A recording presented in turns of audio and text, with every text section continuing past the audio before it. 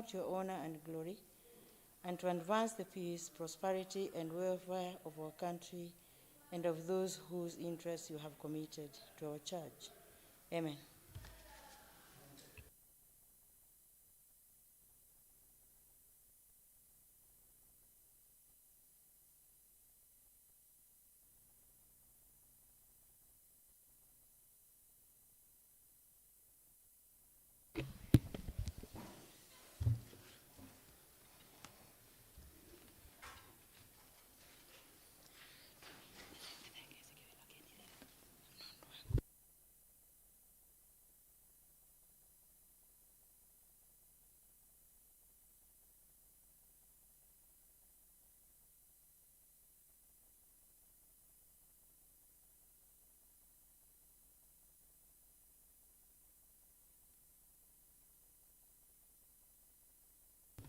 Good morning, honorable members. I'll ask the clerk to ring the bell. I'm looking and I'm seeing we may not have the quorum.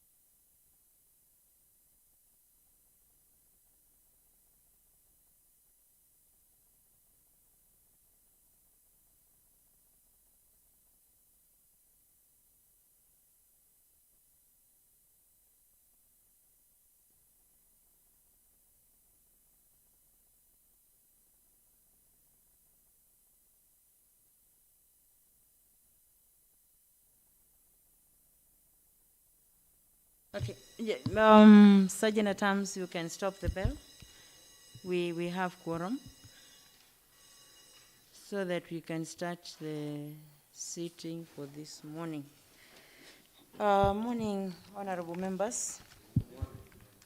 We have our sitting, and it's the General Oversight Committee sitting.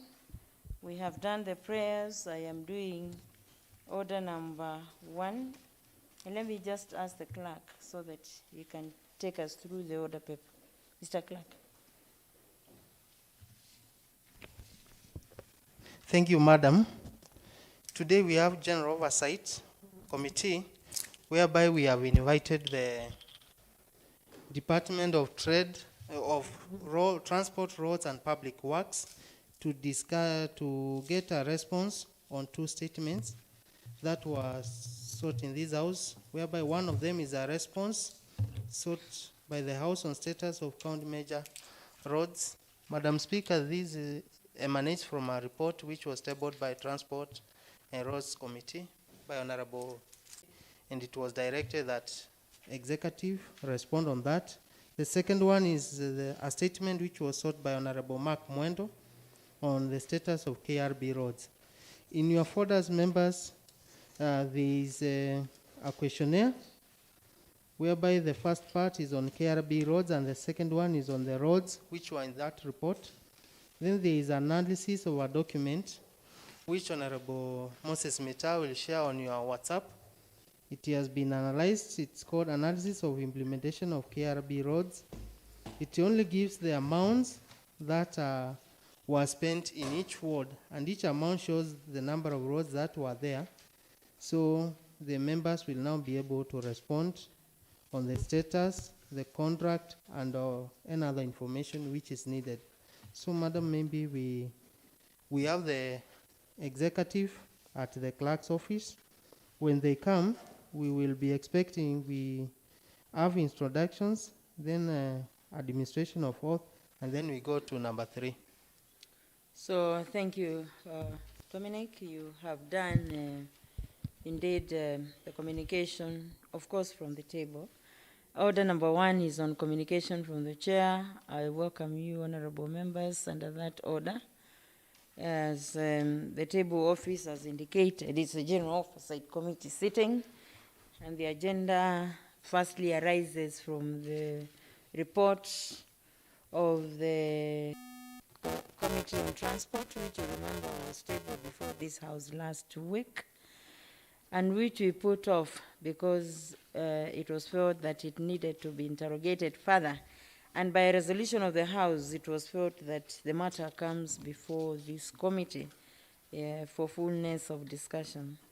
There is also the other aspect of the KRB roads, which had come as a result of information sought by Honorable Mark Mwendo, the majority leader. And so we will be able to start firstly with the roads done to bitumen standards, which were covered in the report of the Committee on Transport, which you remember you put off to today. I'm looking and I'm not seeing the chairperson of that committee, who indeed made a passionate request before this House that that matter be brought before the General Oversight Committee today. I am hoping that the House, of course, will be able to deliberate on the matter, even in the absence of the chairperson, or he may join us as we go on. And I know there are also members of that committee who can also push the issue of the report. And so, members, I'm told that the members of the county executive who are supposed to be responding to the concerns of the House in this committee sitting around. So what we normally do is they will be invited in. There is a place scheduled for them. Remember, this is a committee sitting, so the way we normally do in the House is a bit relaxed, so that you can get to the bottom of the matters that are on the table. So we will have the officers called in, unless in this housekeeping meeting there is a member who wishes to say anything, so that before we start, as a way of housekeeping. Yes, Honorable Dominic, before we call in the executive representatives.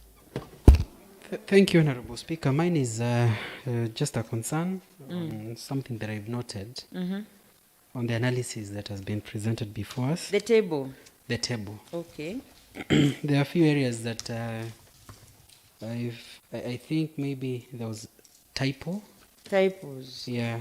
Right. For example, number 12 is not Kathiani Central. I think that is Kangundo Central. Number 12. Number right. 12. Yes, because these are your wards, members.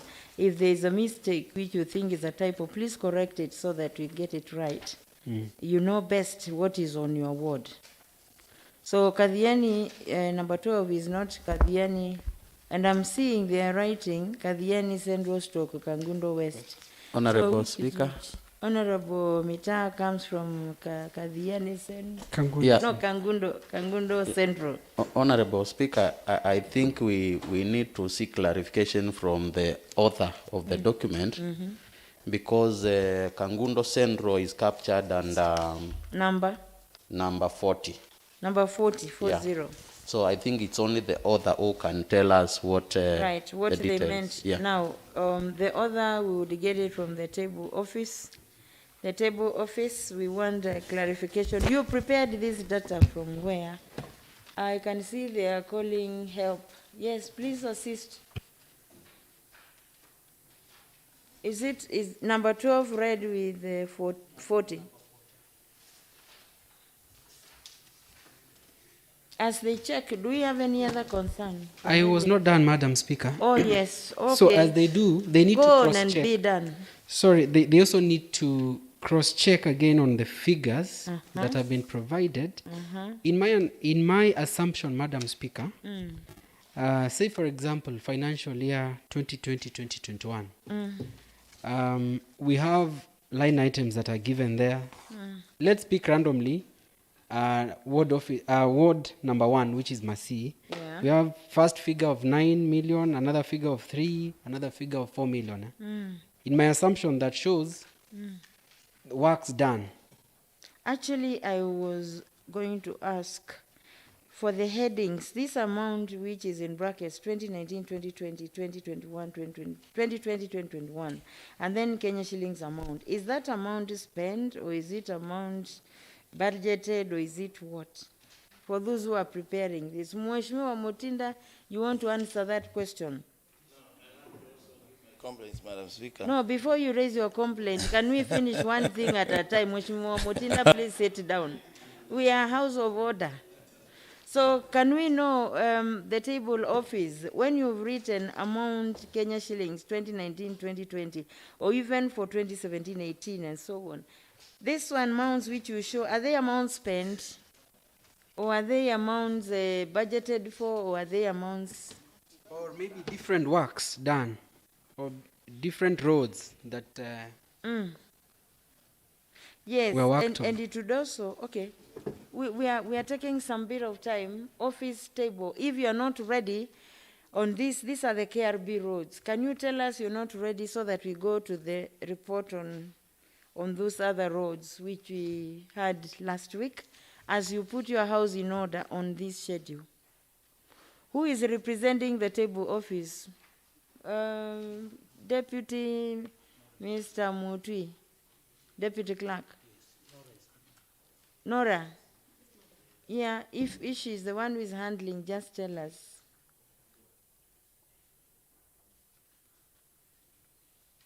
And we are saving time. There's a lot of work. Another concern, Madam, as they check. Maybe I can just be informed. Nora, please don't mind, you are the clerk. Use that one and tell us.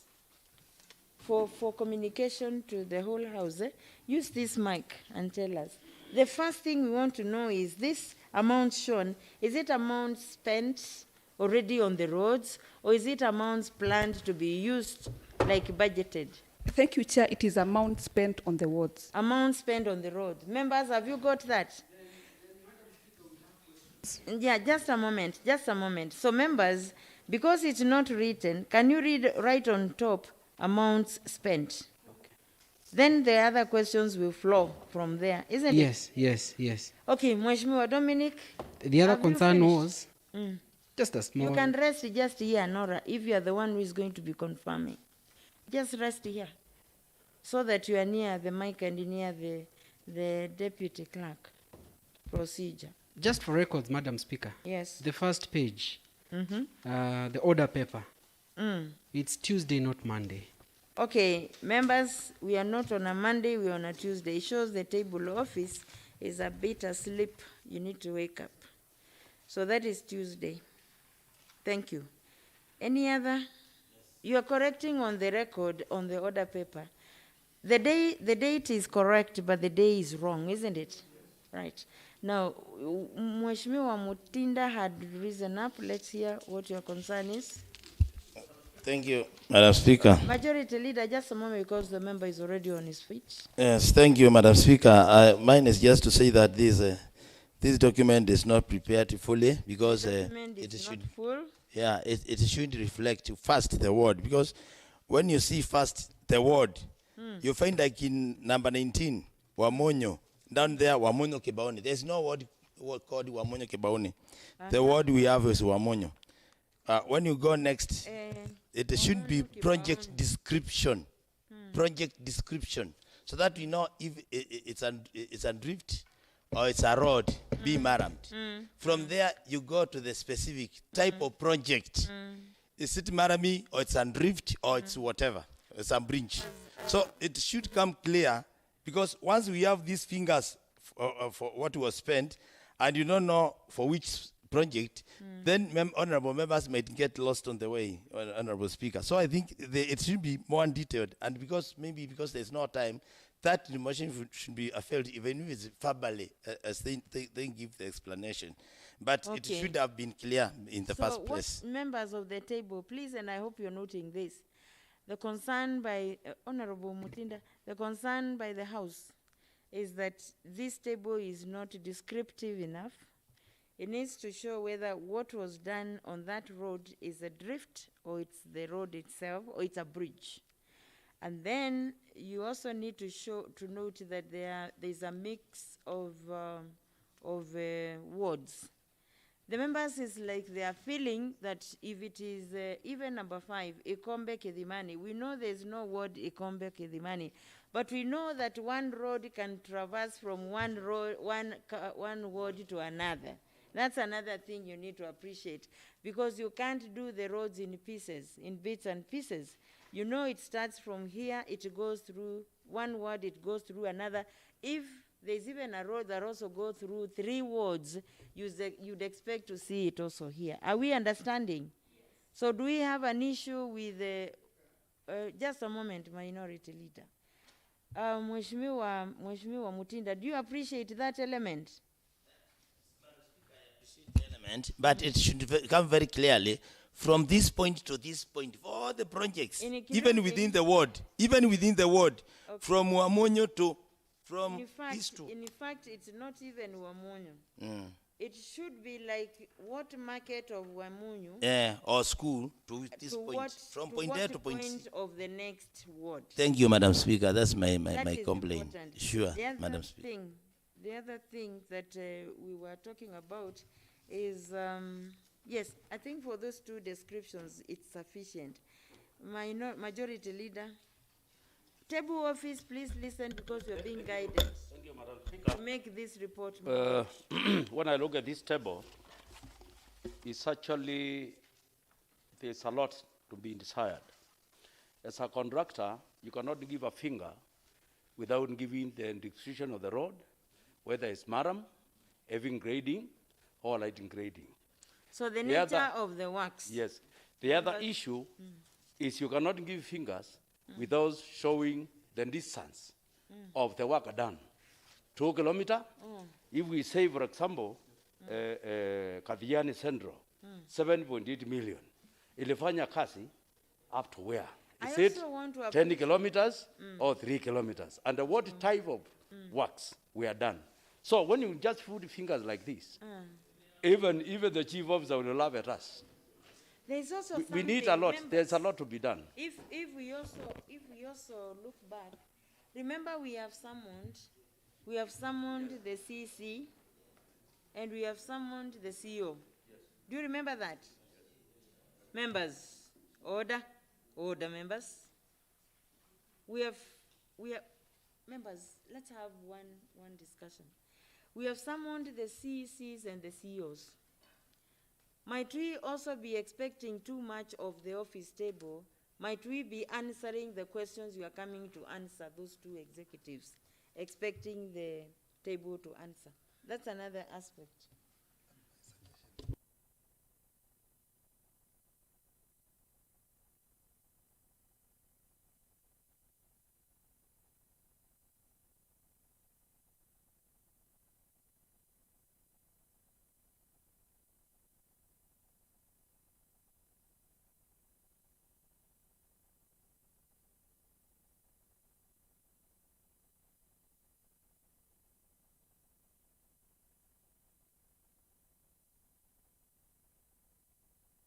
Madam Speaker, I not finished, if you allow me. Yes, Honorable Majority Leader, you had not finished. Let us have less movement in the House, members. Remember, we have summoned the CEC and the CEOs, roads. Is that so?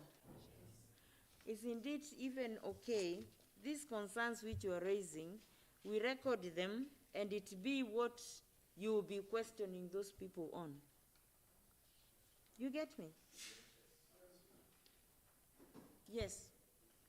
Honorable Majority Leader, you can finish, then we go to the next member. Yeah, I was saying the way forward, Madam Speaker, we can have the form because already we have invited them, and then maybe on these questions of the distance and the work done, now they can tell us. Yeah. Because they know better. And even the wards, they are the ones who are implementing. Yes. But then now you, who is member from that ward, yes. you dispute and say that yes. is not so. I come from that ward, and what you are saying has been done, has not been done. True. Like so some of the wards, when you look at it, Madam Speaker, some of the ward, like Kinani, we have now a lot of business because it was all the years, 5 years, only 2.5 was spent. Yeah. So that one, it is very easy to know. If members we have Thank a you. concern, let us write somewhere and let it be part of your questioning of the executive who are coming. There was Honorable Minority Leader, then I come to the Deputy Speaker. I'll get to you, Honorable Kisila, just a moment. This document has been shared in the WhatsApp chat. It has all the details in terms of the project name. Okay. I'm also being informed, members, even as you question the executive, there's a document that's been shared to you on WhatsApp, which has a lot of information which will enrich your questioning of the executive side who are coming here. So please also check on your WhatsApp. So, Mheshimiwa Minority Leader, do you have a question? And we need to say Madam what Speaker. is it we are going to question. Yeah, thank you. I don't want to repeat because I was also on the same note that Honorable Thomas has said. The description of the type of road, naming from A to B, because for example, there's a road from Tala to Siandi, and it is not here, so we should be very specific. The naming and the description and the type of the road and the amount. Let's members then, as the Minority Leader says, let's not repeat, because we need to get moving. Actually, the work is now you questioning the executive representatives. It's not even our concerns here, which we are sharing. We all have concerns. Let's throw them to them. Honorable DS, do you still have something? Yeah, then just another observation, I think, which needs to be noted. If you look at, for example, the chart, when you look at Masi, which is the first one, I just want to make clarification that for the financial year 2019-2020, which is indicated there, you can see we are saying, you can see there's 1, 2, 3, 4 line items under Masi. So that means that year Masi had 4 projects done under KRB in that year. Is that the position? Okay, thank you. Okay, then also we'll need the members who are in the budget committee so that you also have your budget, the county budget on your fingertips on what exactly was allocated for that ward. Because you will want to know whether what was allocated indeed was spent as per the information you are getting. I had indicated Mheshimiwa Kisila before Mheshimiwa Dominic. Yes, Madam Speaker, thank you very much. This House works through committees. And it is unfortunate that we are looking at documents which are looking like they are half-baked. It will look like we don't know what we are doing by someone in CEC and Chief Officer and not having all the facts as a House. I strongly feel that the Committee of Transport should have done a good thorough job before we come here. Otherwise, I am actually baffled by the shoddy job which has been done. We will look like we don't know what we are doing. My honest opinion is that we can actually adjourn this session until we get the Transport Committee working the way they are supposed to work. Madam Speaker, let me tell you another thing. We've actually been, this House has suffered because of Transport Committee. And I'm not blaming anybody. If we had been thorough with Transport Committee working properly, the kind of issues we are having on the ground will not be faced. So my humble request, Madam Speaker, as a member of this assembly, I am not ready to interrogate CEC Transport and Chief Officer with this kind of shoddy job. Sorry, Madam Speaker. Thank you, Honorable Member Kisila. Any response to that? Honorable Katumo, remember it's good to do this housekeeping. Thank you, Madam Speaker. This Honorable Katumo, the voice. I think in responding to what Honorable Kisila said, we have come to this point because the Transport Committee cried in this House and pleaded that we have an Oversight Committee for the whole House because they did what they could. and it was not possible to have these details from the executive. And I think we are properly in order to proceed with what we are doing. And I think the said member was not in the house when we were doing that. And I think could also be out of order. Thank you, Madam Speaker. Right. So that is a matter this is a matter that came to the House. The Transport Committee expressed frustrations that they have not been getting information. But if members, you remember, I also put it to the question to the committee chair. Why is it that it is coming at this particular time, and this committee was formed way back in 2018, I think, and it has been quiet. No complaint has ever been brought here, but it's good now we are active. Huh? Yes, it's good.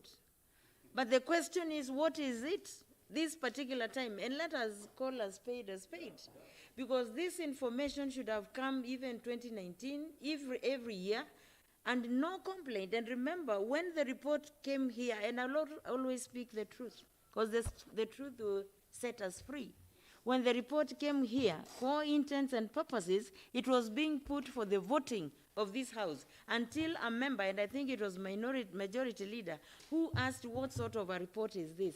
It has no details of the contractor, it has no details of the amounts, it has no details of even the contract period, and we are now being brought here to debate and pass a motion and vote on it. And I kept on saying that, members, when it came to head that we needed proper oversight, and we found that some committees may not be able to deal with the executive, I brought you the idea of setting up a general oversight committee. It has always been there.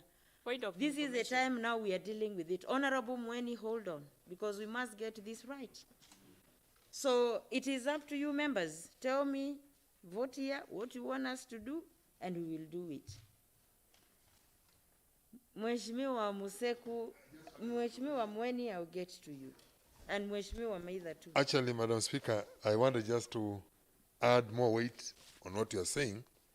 And the answer to what you are saying, in as far as the committee is concerned, will become inherent when you look at this report and you look at the members of the Transport Committee and what has been done in their places. Then you realize why the reports were coming here the way they were coming here.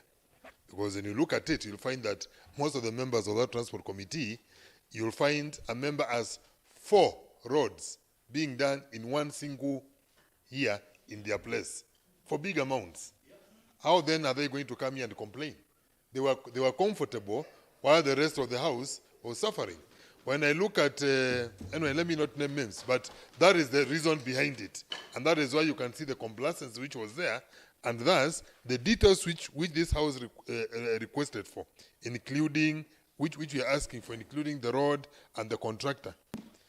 Because we are going to go further and demand to know the owners of those companies which were given those contracts to do these things. We are going to go further and request for the directors of the companies which were given these projects, so that this Honorable House can be able to get to a logical conclusion on the funds, how these funds have been utilized. Thank you, Madam Speaker. All right, Honorable Museku.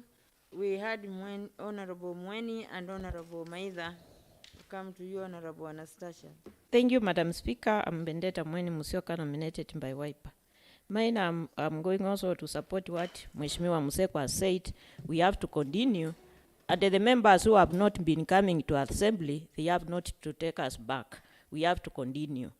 Because we called the chief officers to come to clarify to us, because they have been called to the Committee of Transport and they have not been coming. So we have to finish it today because the time is not on our hands. Thank you, Madam Speaker.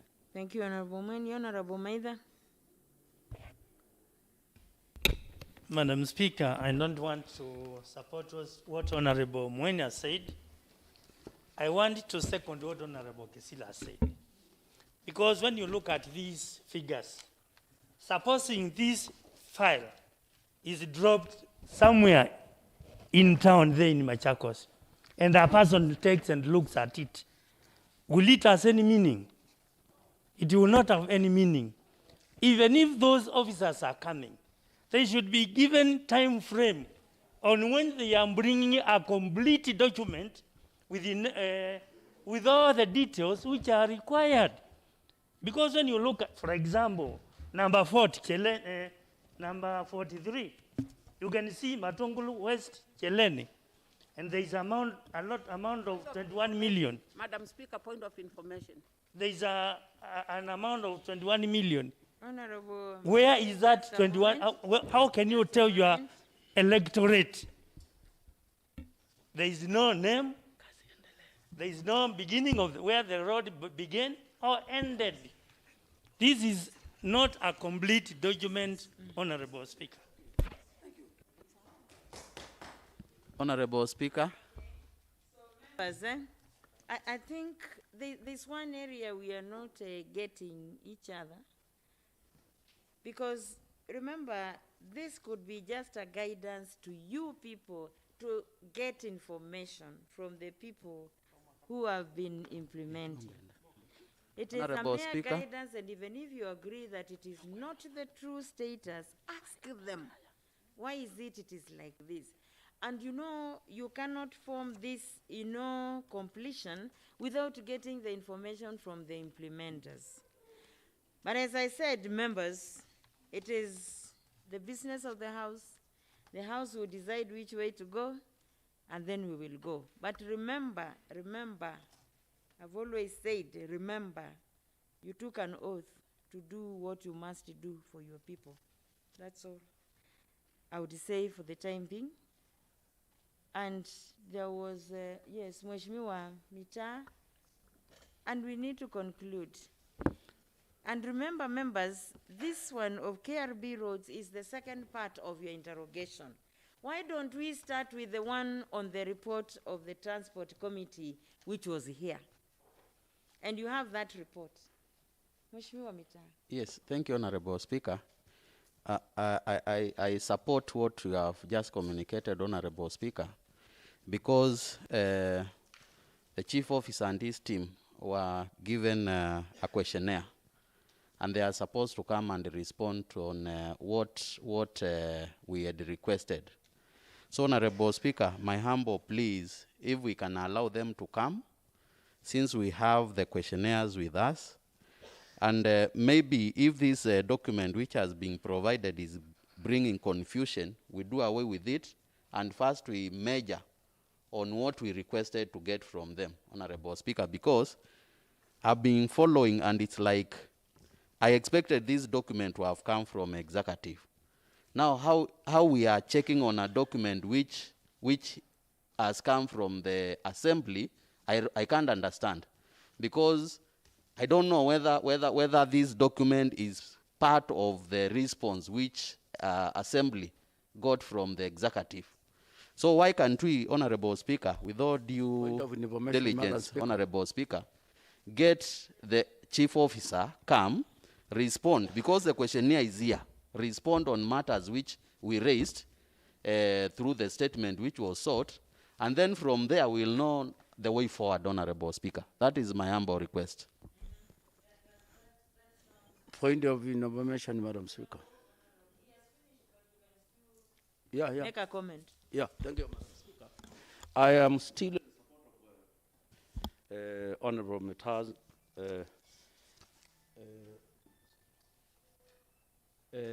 what Meta is saying, because already we have now in What circulation. Honorable Mita is saying.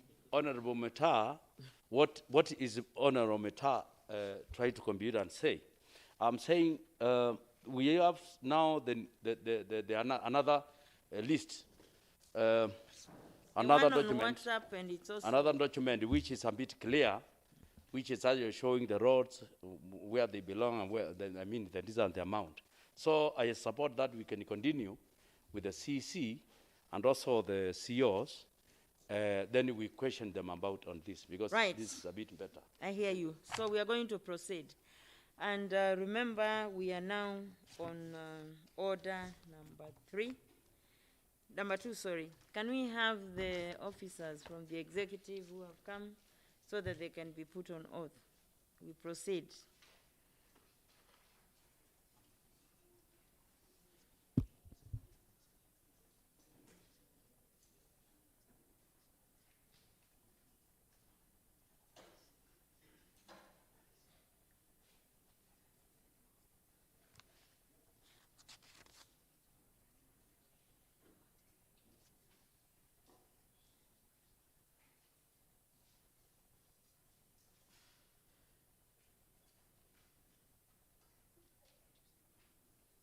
You're welcome. You're welcome. Please show them where they will sit, where there's a mic, which they can use when they are addressing the house, addressing the committee.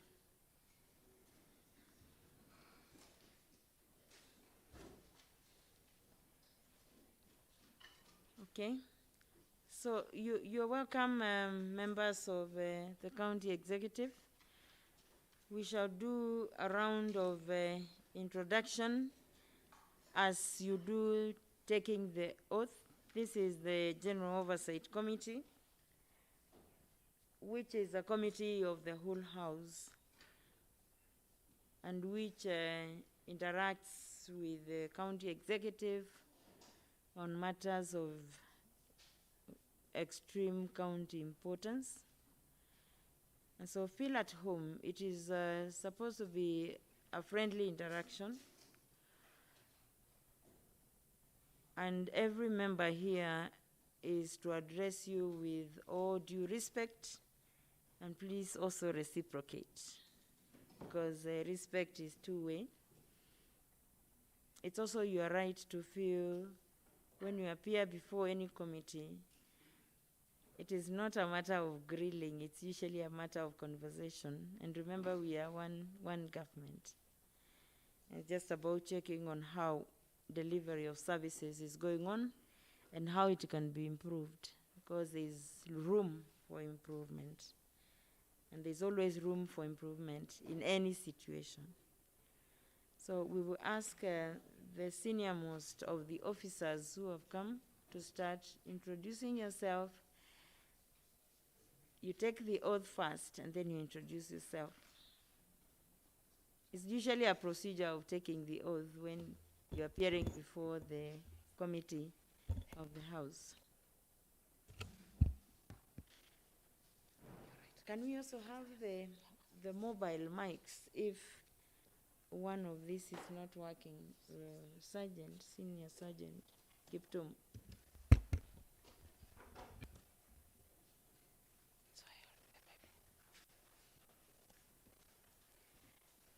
I, Naomi Mutia. Please speak to the mic so that it can be heard and recorded also on the handset. I, Naomi Mutia, do hereby swear that the information that I shall give before this committee is the whole truth and nothing but the truth, so help me God. Okay. So you can introduce yourself, Madam Mutia. Madam Speaker and the committee of the whole house, good morning. Good morning to you. My name is Naomi Mutia. I'm the County Executive Committee member responsible for transport, roads and public works, Machakos County, and I will request my team, which has accompanied me, to do self-introduction. Thank you, Madam. Thank you, Madam Mutia.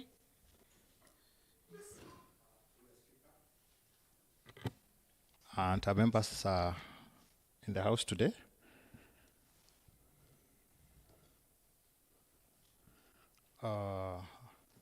I, Justice Kasivu, do hereby swear that the information that I shall give before this committee is the whole truth and nothing but the truth.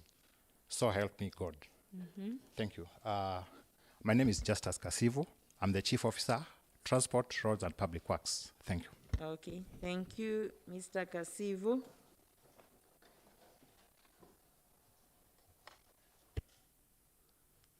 So, just a moment. I want to see the letter of invitation. Yes, the committee had invited just the CC member and the CEO, isn't it? So the others are welcome. You don't need to go on record, but the chief executive committee member and the CEO is at liberty to consult you on the discussion arise in this committee. Do you understand? Yeah, so the two officers who are invited are the ones who go on the record of the committee. Thank you.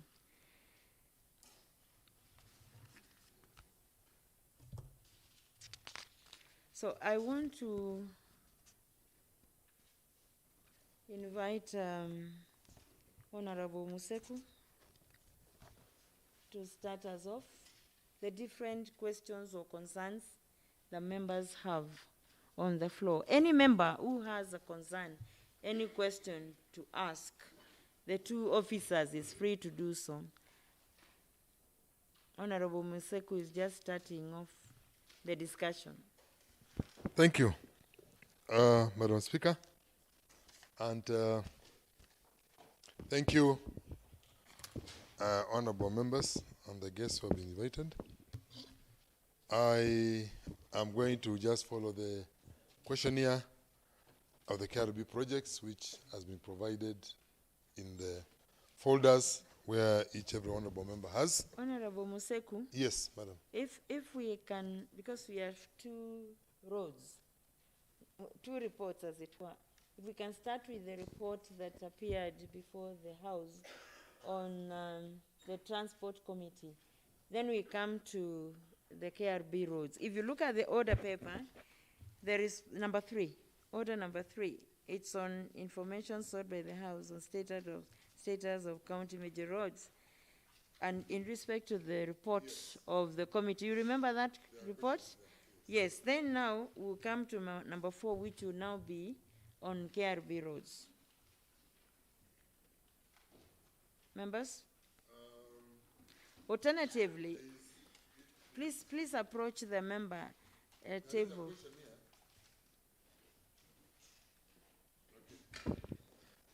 Just a minute, I get the process properly, then we continue.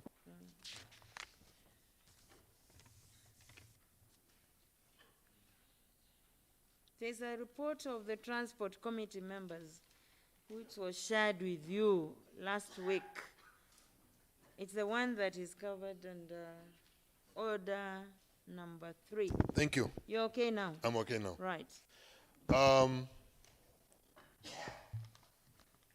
First of all, I think I would like to say that in as far as the status of county major roads is concerned, there's information which had been sought to be provided by the department, including giving a brief of the current status of county major roads projects, Kinka Airways Road, Kedhini Voter Road, Matu Hospital Loop, Matu Equity Lane, Mwala Kedimani Road, and a host of other questions which had been asked.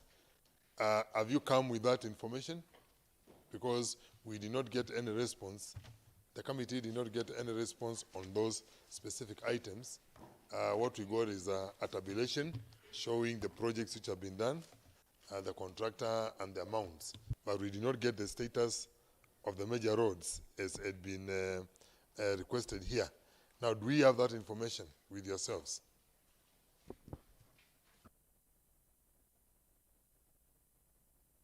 Committee of the Madam Speaker and the Committee of the whole House, I would want to confirm that that report was submitted yesterday and it was received. It was submitted yesterday to the clerk's office. And even last week, the same information had been requested and we submitted. Okay. Yeah. So what I understand from you, the clerk, to the committee is that you have information on Kinka Airways Road, you have information on Kedhini Voter Road, on Matu Hospital Loop. You also have information on the scope of works of maintenance of Mwala Kidimani Road and how much was spent and the bill of quantities. You have all that information with you?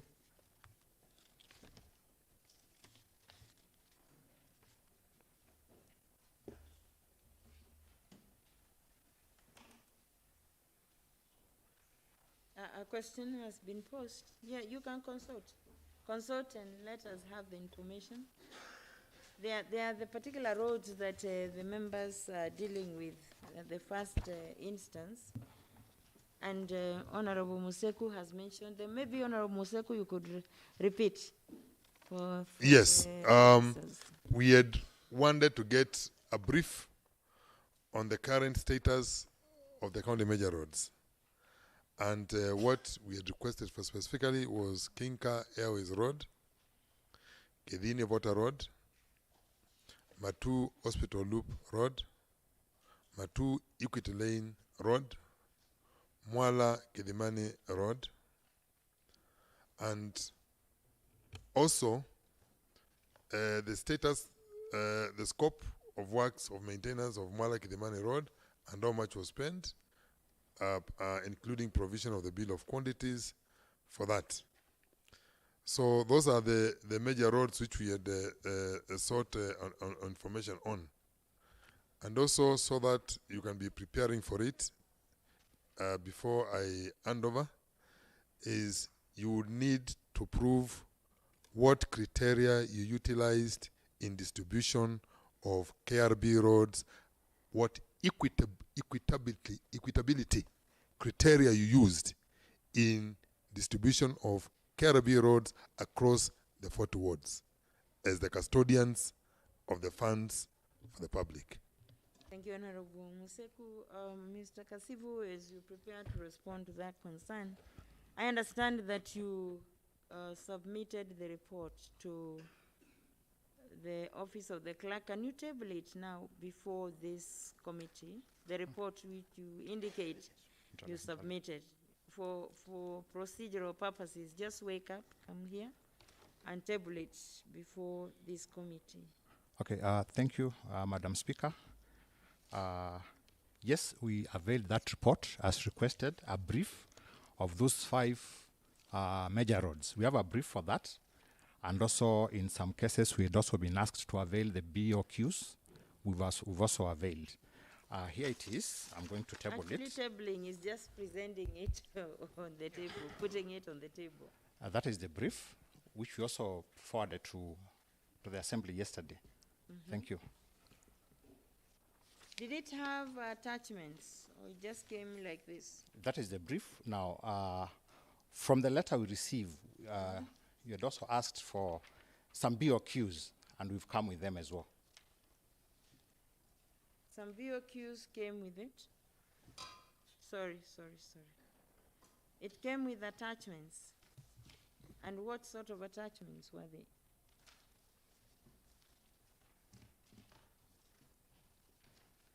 Because you should be having your set. And ideally, even the committee would even require a set for each member. Thank you, Speaker. Thanks.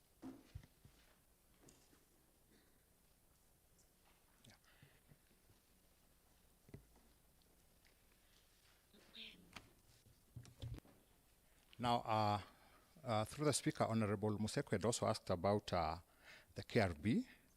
We had also forwarded a report on the KRB roads from 2017-2018 to 2020-2021.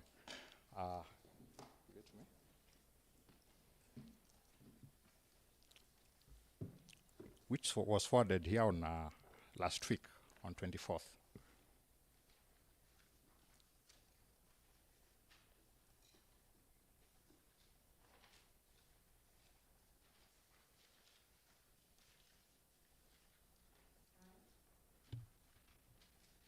Members, questions that you have, concerns that you have? Honorable Mutinda? Not already.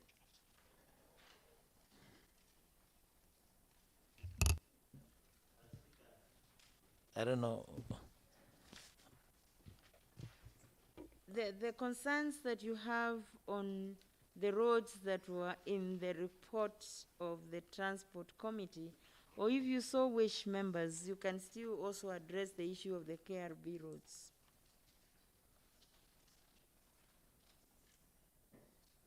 Okay, I hear you. Honorable Kamulu.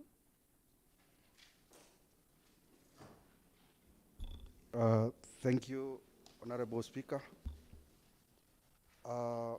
It is evident that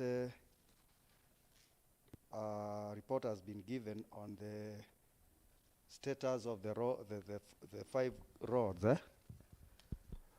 Can we now hear, as a committee of the whole House, from the Chief Officer, what he has for us, despite the fact that he has represented it in writing? Can he now elaborate on each so that we can know the status as per the present time, just now?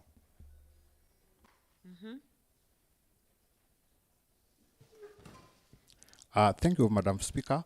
From the letter, we are supposed to give status of 5 roads, which is Kidhini Vota Road, Makutano Mwala, Kidhimani Road, Matu Equity Lane Road, Matu Hospital Loop Road, and Kinga Zebra Airways Road. And the committee requires us to provide information on those projects in regards to the contract number, name of the contractor, the contract description, the contract sum, the location of the project, into brackets, the ward, status of the project, and payment status. And Madam Speaker, what I've just forwarded is a brief summary of that. And if I may take you through, I want to believe each one has a file on the same. It's good.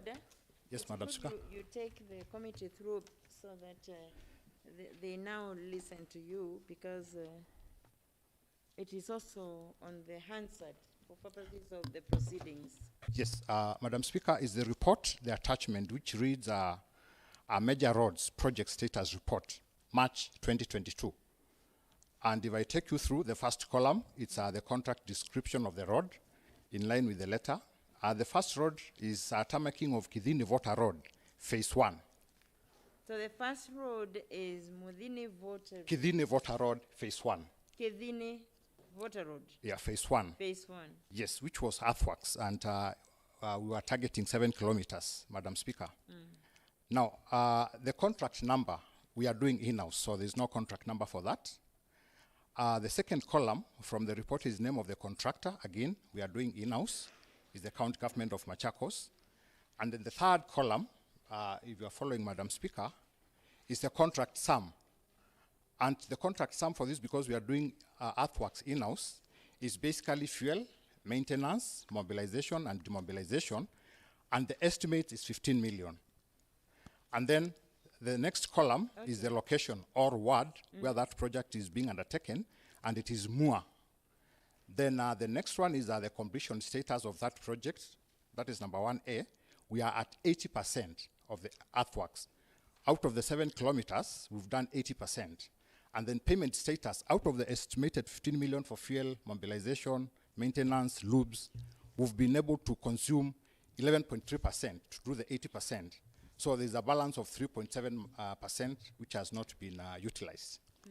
Now, the second project. Maybe what we can do, Mr. Kasivu, and thank you for that information. Yes, Madam Is Speaker. there any member who has a question on that first road? Because we, yeah, just a moment. Please resume the seat, Mr. Kasivu, so that then now members, you can interact with the officer on that first project. Honorable Majority Leader. Thank you, members from executive and also the members of this assembly. Madam Speaker, when the status of that road, I think we should be also told whether it is in condition or it is not. Secondly, Madam Speaker, he has not measured the contractor.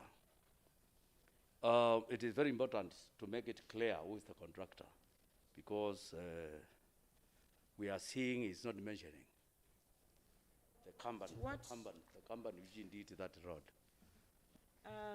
I heard him say. Record. I heard the officer say in-house.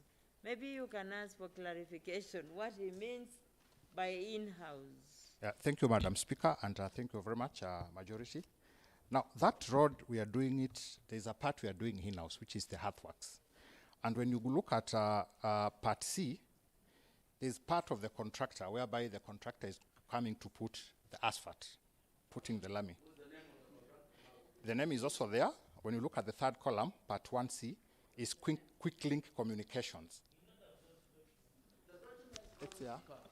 Everyone doesn't have this document. So can you mention who is the contractor and how much, and the one you are doing in-house, how much?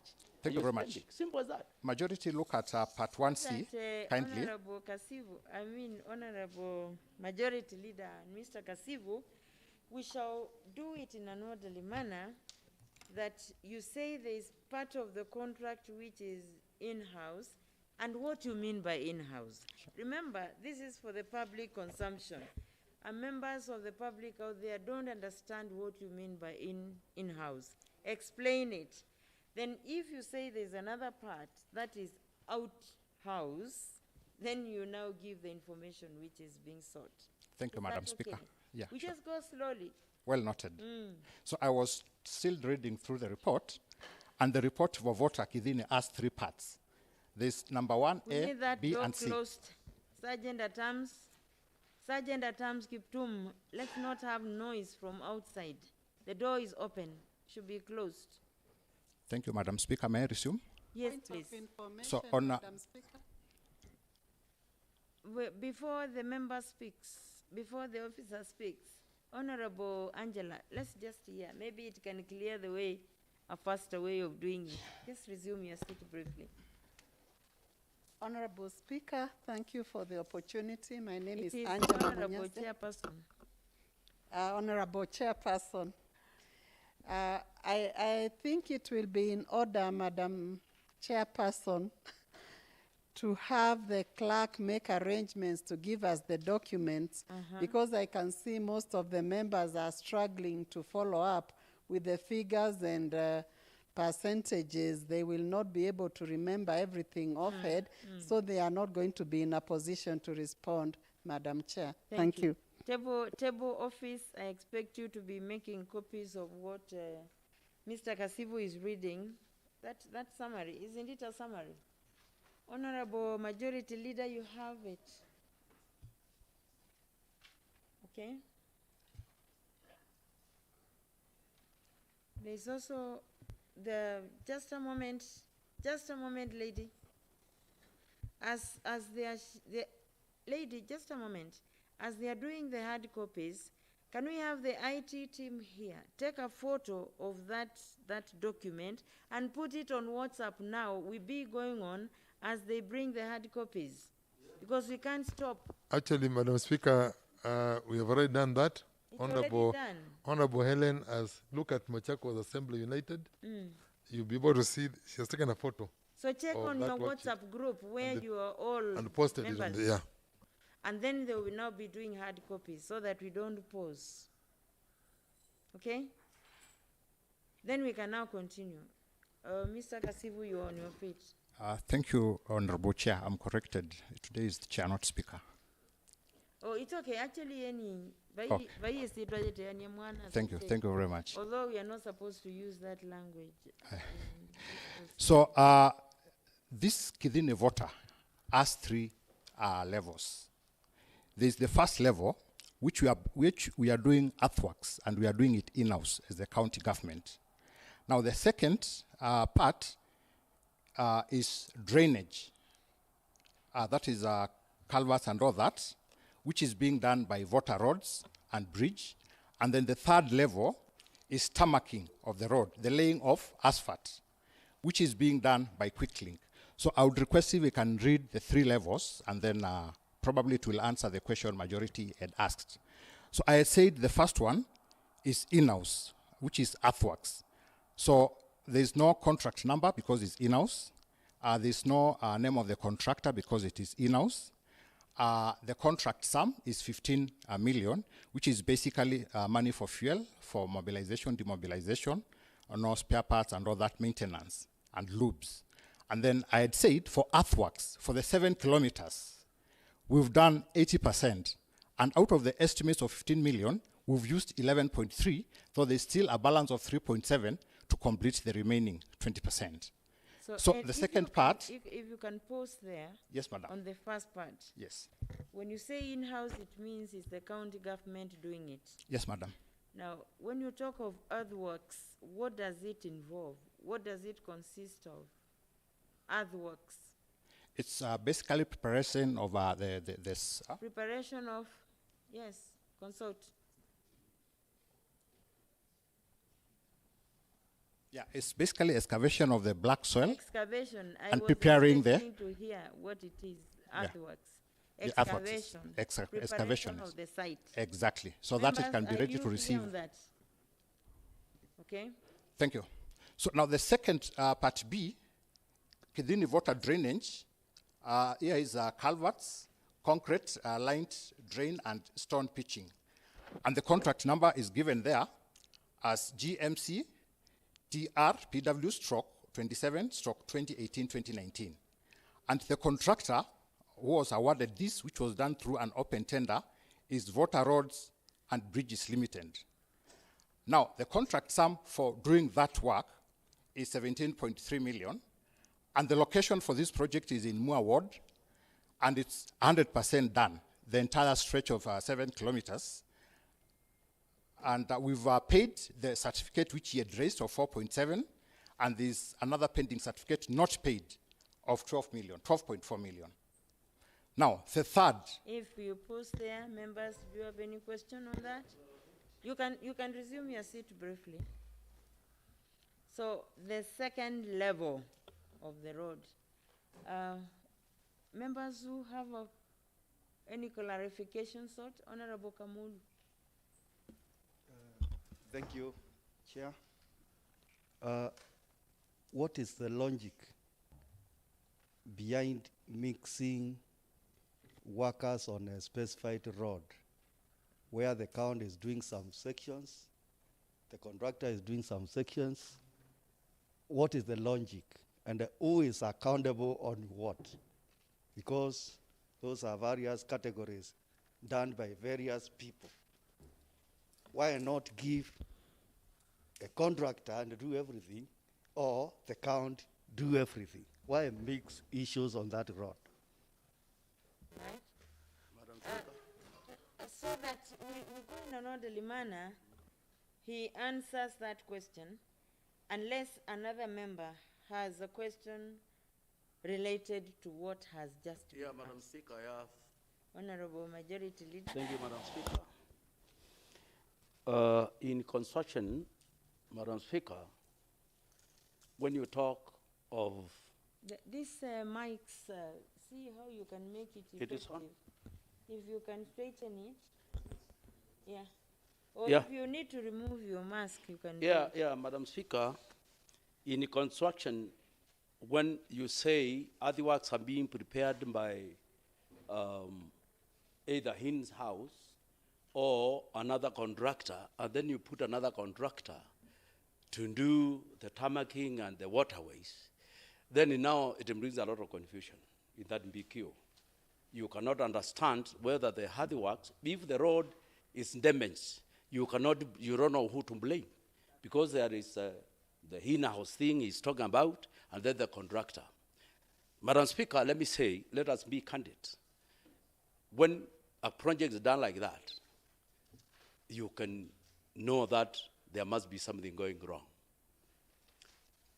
It is either people want to take money through such a kind of contracts. And it is obvious that when you have such a kind of contract, you lose money.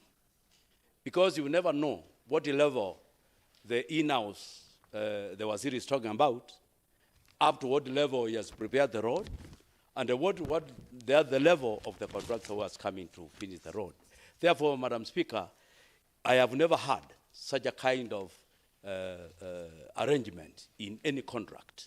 Thank you, Madam Speaker. Maybe you can clarify and tell us the economical side of it. What were they saving and what they were gaining, and how, who is going to be blamed if the road is not well done? Thank you, Okay. Madam Speaker.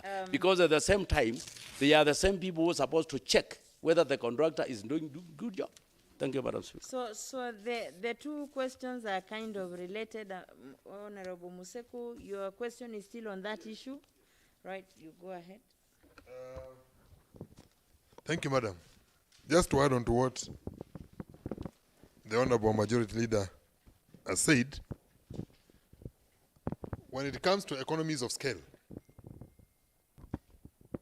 you do not get them when you're constructing a road by giving things piecemeal, whether it is mobilization, whether it is bringing of equipment, because you're telling the county government will mobilize to go and prepare the earthworks. Then another contractor will mobilize to come and lay the tarmac. Another contractor is mobilizing to come and do the drainage works. So whatever, because I know the justification we try to give before this house is on cost saving. There is no cost saving in dividing a project into 3 different stages. The cost saving which is there is you give one person who should be responsible. For example, look at the national government. Do we see different companies doing the road, which is being done by China Roads? Do we see subcontractors coming there to do this or that or that? If your approach was right, we should be seeing the big projects of the national government being done by, we should be having China Road here, Mugoya Construction doing this one on the same road, and then we should also be having Crescent Construction doing something else on the same road. I think the biggest problem here, if I might say, was that the value of the contract, if it is combined, will knock off some people from contracting it. That is the basis of subdividing this thing. Because if you put it in one contract, look at all that sum of money. Somebody will need to have 100 million. And there is a minimum which they are supposed to have to be able to start doing that job. And therefore, you will knock off people. As a result of that, you divide the contract into, I will do this in-house, using government equipment. Then you bring somebody else now who has got smaller money, and you give him another portion which he can be able now to do within the limited resources he has. But at the end of the day, the person who suffers is the county. Because like the Honorable Majority has said, who takes responsibility? If you prepare the road, the preparation of the earthworks is not done to perfection, and somebody comes and lays the tarmac, and there's a problem with the tarmac, who is responsible? Is it the contractor who laid the tarmac, or is it the person who prepared the ground? Because these two things are interconnected. Somebody has to prepare the road in such a way that when they come to lay the tarmac, they know, themselves, they know that now I have reached the stage. You have all seen the construction of roads being done by China Roads here. They prepare that road and prepare and do not attempt to put tarmac until they are ready and they know that that road is in a firm position. And therefore, this raises questions as to why we are subcontracting one project to several contractors. The end result of that is this county is going to lose money and you'll have nobody you can be able to go and claim from. Thank you. Thank you. Honorable Ndawa. Thank you, Madam Speaker. Madam Chair. I remember. Any of them, let's agree, can be okay. Yes, we are in a committee of the whole house. So whoever is presiding over is the chair. Madam Speaker, I would request that we give the chief officer an opportunity to give us reasons as to why. Because if you see him going that route of dividing some work to be done by the county and others to be done by another person, they must have reasons. So I think the best thing is to give him time. We were actually coming to that, Honorable Ndawa. So what we agreed, and thank you, what we agreed is that if there's a question related to what Honorable Kamulu started about the logic behind portioning out the project, yes, then if there's any question related to that, let's all be put together. Then the officer will respond now to the question. So definitely he will respond. So as I conclude, Madam, I would request, in the case we pose a question, in the case we are handling a certain road, let us hear first from the chief officer. If we start contributing or start poaching odds, and he has not given us the information, we may not achieve what we intended to achieve. So I'm requesting that we give them ample time so that they can be able to express themselves. Thank you, Madam Chair. All right. So members, is there any comment that is related to the logic behind sharing out? Honorable Ngunga, then Honorable Mutinda. Related to that question. Madam Speaker, thank you for giving the opportunity. I think the matter in question, of course, as you're aware that I'm the area MC, I have a lot of interest in it. And I wanted to shed some light to the effect that it is true that this road is being done in that kind of partnership. But I think the most important question that we should be asking ourselves is not why, but is where are we now? Because if you look at the time that we started doing this project, it's way back, I think, in 2018. And as we are now, 4 years down the lane, I think the consumption or absorption rate has been very low. If you look at the rate that was given for, if you look at the contractor who was given to do the tarmacking, who was supposed to have done this as only assimilated only 20 million. The other contractor who was given so that he does the drainage and all that has only been able to do 4.7 million out of a possible 17 million. And I think there's a big challenge here. While maybe the department meant well in dividing these sections here in terms of maybe saving, I think the logistical challenges have come up, and we were able, with the department, the Committee of Roads, we visited the Githini Road, and I think we were 6, 7 of our members were there, and we were able to go around the road, and challenges were very clear. It is true that if this road was done better, the road now would be complete. But this road actually is about 30% done. So I think there are challenges that are very clear. While the county would have wanted to save on maybe the earthworks, I think that has failed us badly. Badly, because if you go to the roads now, we have heaps of maram that have been lying there for many days. This fuel that is being indicated here, only 11 million to do that road. Yes, it has been done, but you are aware that machines are broken down. I might want to report to the Committee of the Whole House that actually there's almost nothing that is taking place now in Githini Road. So in other words, is to say that this model, while it was well thought, practically it is not possible. It is not doing a service to the community.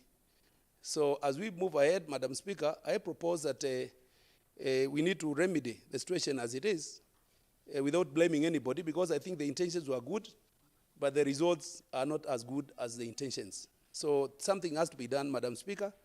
I think the House will need to interject and change tactic so that viable results are done. Of course, you must know that the bulk of the work is on earthworks. The earthworks were given to the department, and the department seems not to have good capacity. And I think the chief officer is here. We have been sharing. He should be able to own up. You know, when things are glaring clear, I think we should be able to own up and say the truth be said. So while I don't want us to start, pointing fingers at anyone, we need to lay facts clear to the fact that 4 years down the line, this road should have been completed. So I want to agree with the majority leader and the other members who have spoken here that I think the approach is wrong. We will not be able to do roads using this kind of approach. A contractor or the county government solely to handle the works. As it is now, the county government cannot move an inch. They cannot move an inch. And the contractor can also not move an inch because the county government must give way to the contractor to come on the ground. So I think it's a matter of looking at the model. While it was, maybe I don't know whether it was a study. I don't know whether they have used it before, but I think even if it was a study, it's not bearing as good results in Githini Water Roads. I think that's what I can say as the area MCA. Otherwise, in terms of, we have been able to look in terms of the works that have been done, the section that has been done, I think it's okay for the time being. But we are talking about the section that is remaining, which is about actually 75% has not been done. And so I think the House will have to interject because 4 years down the line, we have not done it. Some of us are living. In fact, this is a big nightmare to me, Madam Speaker. It's a big nightmare because people find that maram hip there. Na wanafikiria nimeweka hiyo maram hapo ndio sasa nikuje kuomba kura nayo. While the truth of the matter is that I wanted that road to have been finished 2 years down but it has not been finished. So I want to agree with members here. There's a big challenge. So without pointing fingers at the department or even the contractors who are on the ground, let us look at a solution. Whether we are going to give it to a contractor, amalize. Whether we are going to give it to the county government, amalize. Whichever viable, so that the project is finished. Thank you, Madam Speaker. Yes, Honorable Ndawa said that let the officer respond, so that members also don't seem or appear to be responding on his behalf. Honorable Mutinda, you wait. We get a response from the officer. Mr. Okay, thank you. Thank you, Madam Speaker. Those are several questions, and I would wish to respond. The logic behind Yes. that kind of procedure or operation. The logic behind this is because in any tarmacking of the road, earthworks are the major works, and they are very costly. And before we did this cost-benefit analysis was done, and because we have our own equipments, we have our specialized engineers who will supervise the works. It was seen that doing it in-house is cheaper. And also want to mention this, Madam Speaker, this model has been used before in the county and it has worked perfectly. I would want to mention 3 or 4 roads where we've done this. We've done this in Kidhimani, Makutano Kidhimani Road. We've also done this in Kangundo. Every other time. Yeah, we've done this in Kangundo, Kathiani Road. Just a moment, Kasivu. Yes, madam. I actually used that road only yesterday. It is very potholed. And you know, potholes, I'm not an engineer, but I see what's happening. Like now they are doing the Defki Joska Road. And the Chinese company that is doing the portion from Defki to somewhere halfway is very serious. The excavations have been so deep. Point of information, Madam Speaker. Let me just finish, please. And the excavations have been very seriously done. I wake up, I pass through that road every morning. Then they put a lot of rocks, they crush them. The compacting is so serious. They put layers and layers. I'm speaking to you, Mr. Kasivu. Let the other officer wait. Mr. Kasivu, I'm speaking to you. So they have put a lot of rocks which are crushed. And then they keep on heaping marams and compacting. Even up to now, they have not finished that bit of compacting. We are talking. So that way, when they get it right, then you find when they do now the bitumen, there will not be potholes.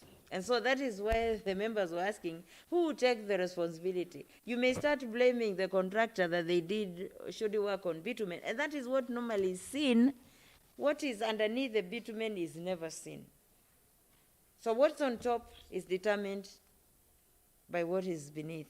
The permanency of what's on top, I don't know, but I'm just from observation. So what we can deal with this first road without you giving examples. If you go into that, even the Mudedeni Road, I have passed there, and those who come from that area, we need to call a spade a spade. It's so shoddy. By the way, it's giving this house very bad name. And now, remember, the work is just to approve your development plans and to approve the budget. Implementers, execution is by you people. And that's what we have now, the people to see. A time has come when you must say, really, there's something not right. Thank you. But you are answering. So, yes, So don't give examples, please. Just give the explanation of why you want to do portions and portions. So to finalize, I want also to mention that the scope of the works for each is very clear, and the BQs are separate for earthworks, for drainage, and also for laying the concrete. So the scope is very clear, and the BQs are separate. And we have qualified engineers who are able to supervise the works. Thank you. Okay, members, on that aspect, if you are okay with it, we move to the next one. Honorable Mutinda, and please, let's just be to the point. Yeah. Don't narrate a long story because the officer will get lost. Yeah. You just ask the question so that they can respond. Thank you, Honorable Speaker. Mine is just to say that we appreciate the making I think we should also get deeper into it because even from the contributions from the area MCA, we have heard that it's not working. And also, what I would wish to say is that there should be a policy framework, a policy from from the CEC coming to this house for approval, so that we may know the boundaries. Because if we are doing the earthworks, we might do the earthworks at the expense of other roads within the county, and that would be disastrous. And also, Madam Speaker, when we talk of buy or make or buy decisions, when you are making what the Katibu is calling in-house, is when you want to use an existing capacity. Now, the existing capacity once used, even if we say we are saving on that, then again, the core area in this would be saving and not talking of cheap as it has been explained. Because sometimes we say we match high quality with high prices, reducing corruption. Madam Speaker, remember I'm from that field of procurement, and we know these things, how they go. So mine is just to say, we have to have this policy which will give value for money to our people. When we talk of value for money, we don't talk value for money because of cheapness or what. Quality is very key. And also we should know where to apportion blame when we are making. Because down there is the county, which is doing the earthworks. Up there is a contractor. When the road is damaged, how do you go about the retention? How do you deal with the retention? You go, partly is the county, up there is the contractor. So there are issues which as a department you should balance so that we have a clear way of doing this thing. Thank you, Madam Speaker. There was also a time, members, that this House passed a motion that the roads be contracted, they be given out to contractors. Do you recall, members? Because the House had noted the incapacity of the county executive to implement the works effectively. I don't know whether the department ever saw that motion and what they made of it, because I remember it was moved by Mheshimiwa Mulatia, and it was even done in one of the bunge mashinanis outside there, so that then the effectiveness of the works is seen, because a contractor will do the work better, and the government pays to that contractor, and then the government knows where to lay blame, like the members are asking. Please don't call out the name, I'll see the hands. You are not informing the chair. The chair is supposed to have all information. So when the chair finishes, you either say you want to contribute or something like that. But there is a Mheshimiwa Honorable Mweni who's been putting up a hand, and thank you, Madam Speaker. Mwikali. I think the executive, if they continue giving the work to the executive themselves, nobody will be correcting you, because you cannot be collected by yourself. Even we don't know whether you are the contractor or not, or you have given to your friends who don't know the work. So now, for the 5 years being an officer, and the roads are very bad. Even a road in my area, and it's just around, you have not done it. And I have been telling you every time, and you are going home and you have not done it. So I think, Madam Speaker, these people, they have been giving to the contractors. I have wondered, I thought Mheshimiwa Ngunga is the one who is doing that road, and now is not the one. So Mheshimiwa Ngunga, you have cleared yourself, and you have to talk to these people to give a contractor to do that work, because it's failing you. Thank you, Madam Speaker. Honorable Mwikali. Switch off your mic, Honorable Mweni. Thank you, Honorable Speaker. My name is Margaret Mwikali, nominated by Wiper. I wish to congratulate the chair for actually stopping the examples that were being given on the floor of this house. Madam Speaker, I hail from one area where about 3 have been done. It has been so embarrassing because every now and then there are repairs. That means that cheap is very, very expensive. Madam Speaker, when we talk about not taking any responsibility and blame, this is now the example that the county government is trying to show us.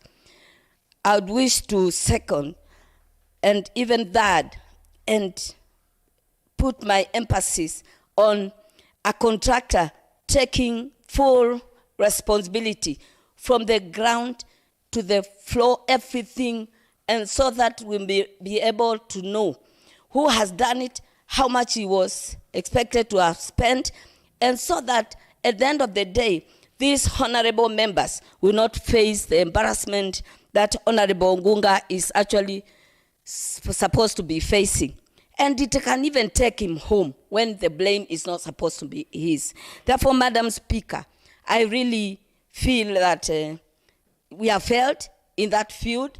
And since we have failed, we must raise our hands to the top and then declare that this one should not be allowed to proceed for the benefit of the normal Mwananchi who really would want to be served and show that the money that they have been giving out in the form of taxes have been well spent. And that is the essence of their elections when they elect us in this house. Therefore, Madam Speaker, we do away with this kind of contracting everybody so that, because I know there are interests and people that are interested in maybe in getting contracts, and also the executive getting interested in the contracting, I think that's where we are facing. That's what we are facing, the failure and the weakness in this. Therefore, Madam Speaker, one contractor, one person to blame, and one person to take responsibility. Thank you, Madam Speaker. Thank you, Honorable Mekali. Honorable Matei Helen. Thank you, Madam Speaker. I'm Helen Detty, special elect by the Wiper Party. My question to the CEC and the Chief Officer of Transport. Can you try a mic, a mic that will have you go on record? Then you switch off the first I'll even remove my... If need be, you also remove the mask temporarily. Yeah. I'm Helen Detty. Put on your mic because you're not talking now. Okay. Yes. I'm Helen Detty, special elect by the Wiper Party. I've listened and I've gone through some of these documents, but my question is, when you are planning to do a road, do you include time or time frame? Because I'm sure there must have been a budget and there must have been a time completion period. How come several years the road is still not done? I think it's very unfortunate, because if you have had a budget and there is money allocated, you need to tell us where that money has been going to, why you have not utilized, why the road is taken longer than you expected or you had planned. Because I think you are failing on your procurement practices, and it's very unfortunate. Thank you, Madam Speaker. You're asking for the program of works. I hope, Mr. Kasibu, you are noting all this so that you can respond to them. Okay, Honorable Kingori, I'll come to you. Honorable Ndawa, then Honorable Kingori. I'll come to you, Honorable Kalumu. Thank you, Madam Speaker. I'm now talking as an interested stroke affected party, because some of the roads mentioned here are in my ward where I represent. Madam Speaker, the information I just want to give the House is that there is similarity on the roads B, C, and D. B, C, and D, there is similarity, because whatever is happening in Matu Hospital Road and also Matu Equity Lane is exactly what is happening in Ikedini Road. So I would request that we join those roads, we address them at once. So that whatever, because whatever the answers we are going to get here for Kithin Road, maybe they are applicable in the other roads. So I'm requesting that we handle the 3 roads at the same time. The other issue, Madam Speaker, I'm requesting is that the department maybe started the works in good faith, but now the result we are getting is not what we are expecting, because the electorates wanted to see the roads done, but the period which has taken, or the time which has taken, we don't seem to see signs of completing these roads before our time is over for this house. So, Madam Speaker, maybe the question that I'm posing to the department: what plans do they have to ensure that the projects are completed? And question number 2: if a contractor is given a certain project, he or she is given time frame, what of the works which is being done in-house? Is there a time frame for that, for the in-house project, the in-house works which are being done? If a contractor does not work within the stipulated time, he or she is terminated. Is given a letter, or he is terminated. Who terminates the department when they also fail to do what was expected for them? Because, Madam Speaker, if you look at the amounts given to these roads, if you tabulate the total amount for the other works and maybe for the other works, maybe if that money was given as a whole, somebody would have taken that contract and maybe that project would be complete by now. So my question is, do we have plans to complete the roads? And if we have the plans, when are we expecting to have the roads completed? Because the electorates are on our neck, and if we are not careful, we might be sacrificed by our electorates because of mistakes which are not ours. Madam Speaker, the work of the MCA is to come to this house, represent his electorate, make legislation, and also oversight. The house did its job. Budget was requested and the house approved the budget. So I don't see any reason as to why we should not have the project completed.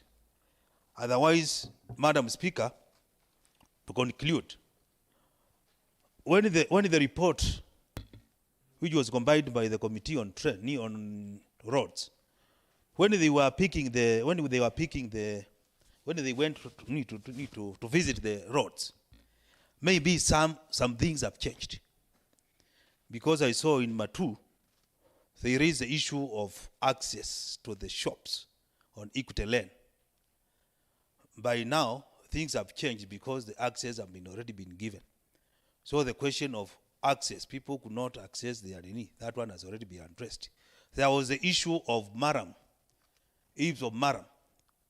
Madam Speaker, I want to report to this house that has also changed. Can we do it quicker, Honorable Ndawa? If I'm getting you, what you're saying is that let the officer say, this sharing out or portioning of the roads, does it also apply to the other roads that we have? That's question number 1. Question number 2, do you have program of works for each of the contract so that this committee can know whether the execution is still within the implementation period? Because on the program of works, there should be a period within which other works are supposed to be completed. The provision for the period within which drainage is supposed to be done, and drainage, if it is like the final thing, there's a provision for time within which the bitumen is supposed to be done. And of course, also the defects period and handing over. And the other question that arose from submissions by Honorable Ndawa is who checks or who oversights the executive on its part when it is doing the earthworks for purposes of making sure that the project is implemented within the time intended. Okay? So then the final question of which he put, which you need to address, is the current status of the projects. And I know, okay, we still, not that even as the members contribute, because it's good you have all the questions, then when the members are done with what they want to raise with you, then you wake up and answer. I remember I had said I will ask you, Mheshimiwa Kingori members, because he's not said anything. Let him comment, but please let's not be so long and giving a lot of narration, because we are trying to pose questions for him to answer. No. And remember, we are dealing with the different roads, and we want to see how we can use them, we can address them collectively, if possible. Thank you, Madam Speaker. I just want to contribute just a bit on what I know and what I don't know. I'll leave it behind. What I know is about my ward that is Kinka Road, which is here. And I think when the scooping was done, there was water logs at the period of that time. It was at the rainy season, and the people were getting a lot of inconvenience. And now it comes down. What usually happened at that time, we did not have even diversions. And what do you do when you are contracting? Yet, if the contractor is the who is scooping the land is the county, how come that the county doesn't give where pedestrian and motorcars will head on, or an alternative road for them to work on it? Now, who is to blame? Is it the contractor or now the county? Secondly, when it came to the second point, why is it taking too long for all those roads to be complete? Yet, at every BQ, we have timeline and we have the scope of job which should be done. And how do you integrate those contractors, the contractor and the county during work? Because sometimes they need to work together. But like the one, I remember one time I called Madam Waziri about the drainage on Kinka Road when it blocked.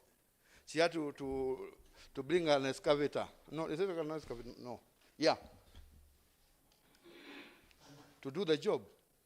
Now, who paid that? And how much was paid? Who take the county money? Who take the responsibility of the county money when it's come to contracting on the same contractor? Or is it a loophole of corruption, Madam Speaker? So Thank what you. comes from Mheshimiwa Kingori, still on your questioning, is the convenience of the public when you are doing these roads, and that's where diversions come in. And maybe you could also add about pollution, about do they watering of those roads for those residents who are in the area. Then of course he also brings in an aspect of the quality of the works that are being executed.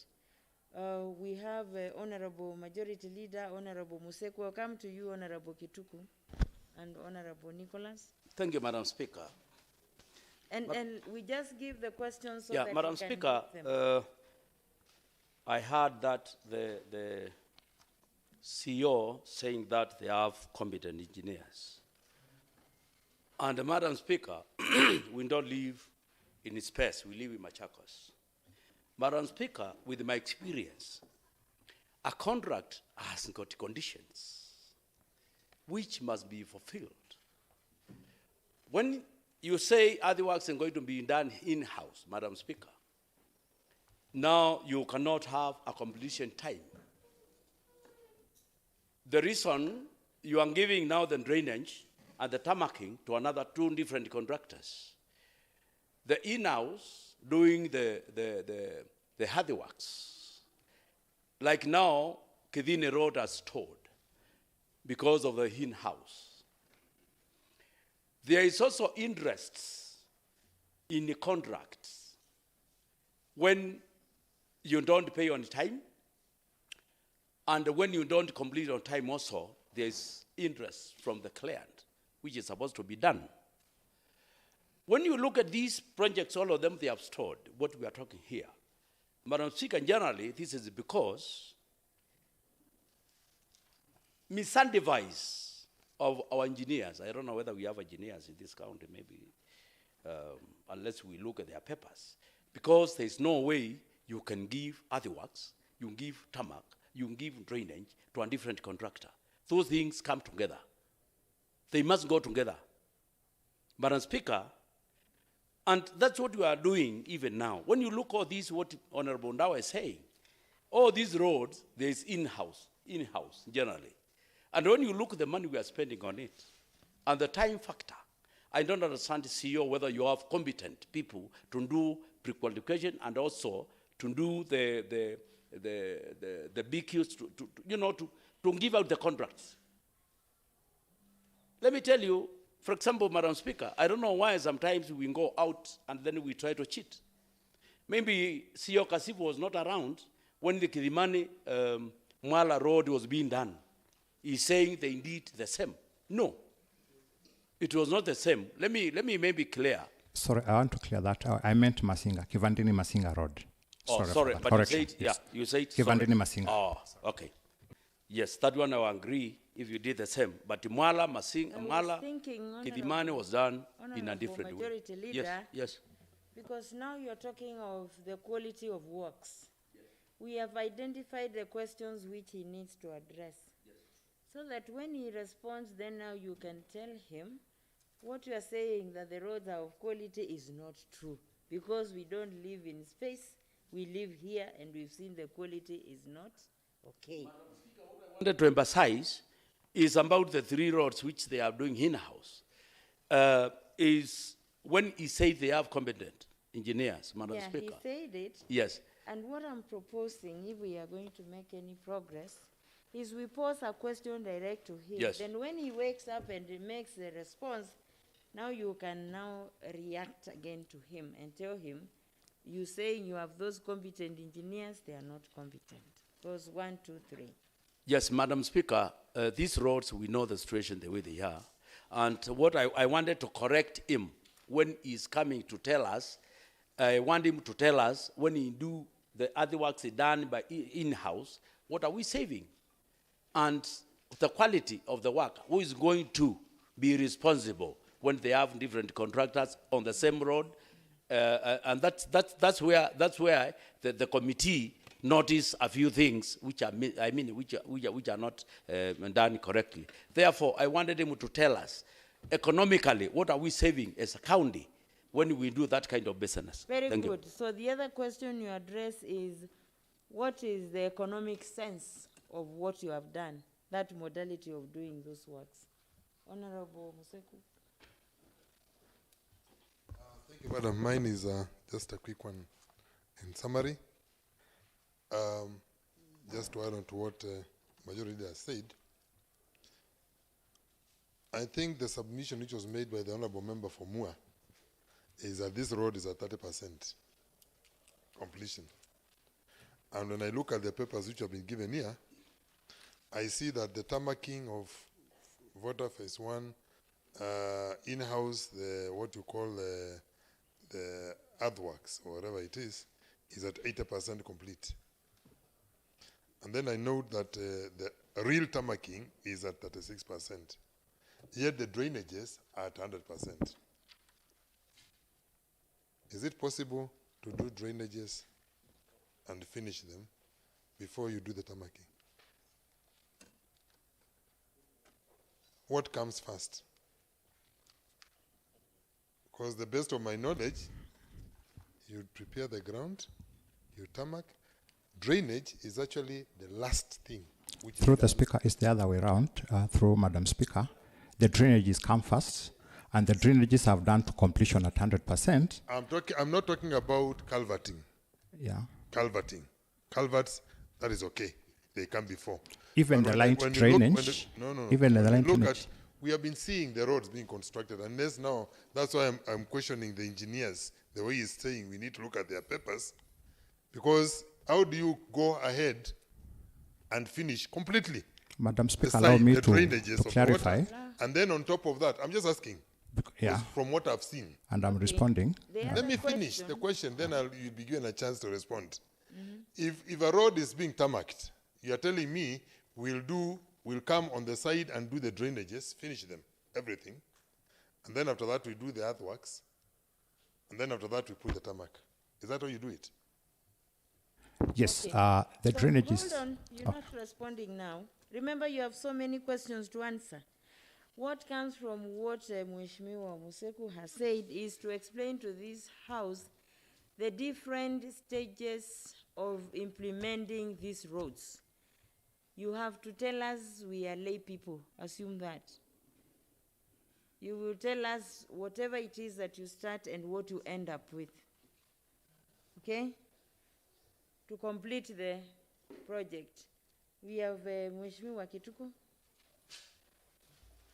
Okay, thank you, Madam Speaker. I'm just seeking for clarity on Makutano Mwala Road to Kidhimani, on what category it is, because we've seen Kenha doing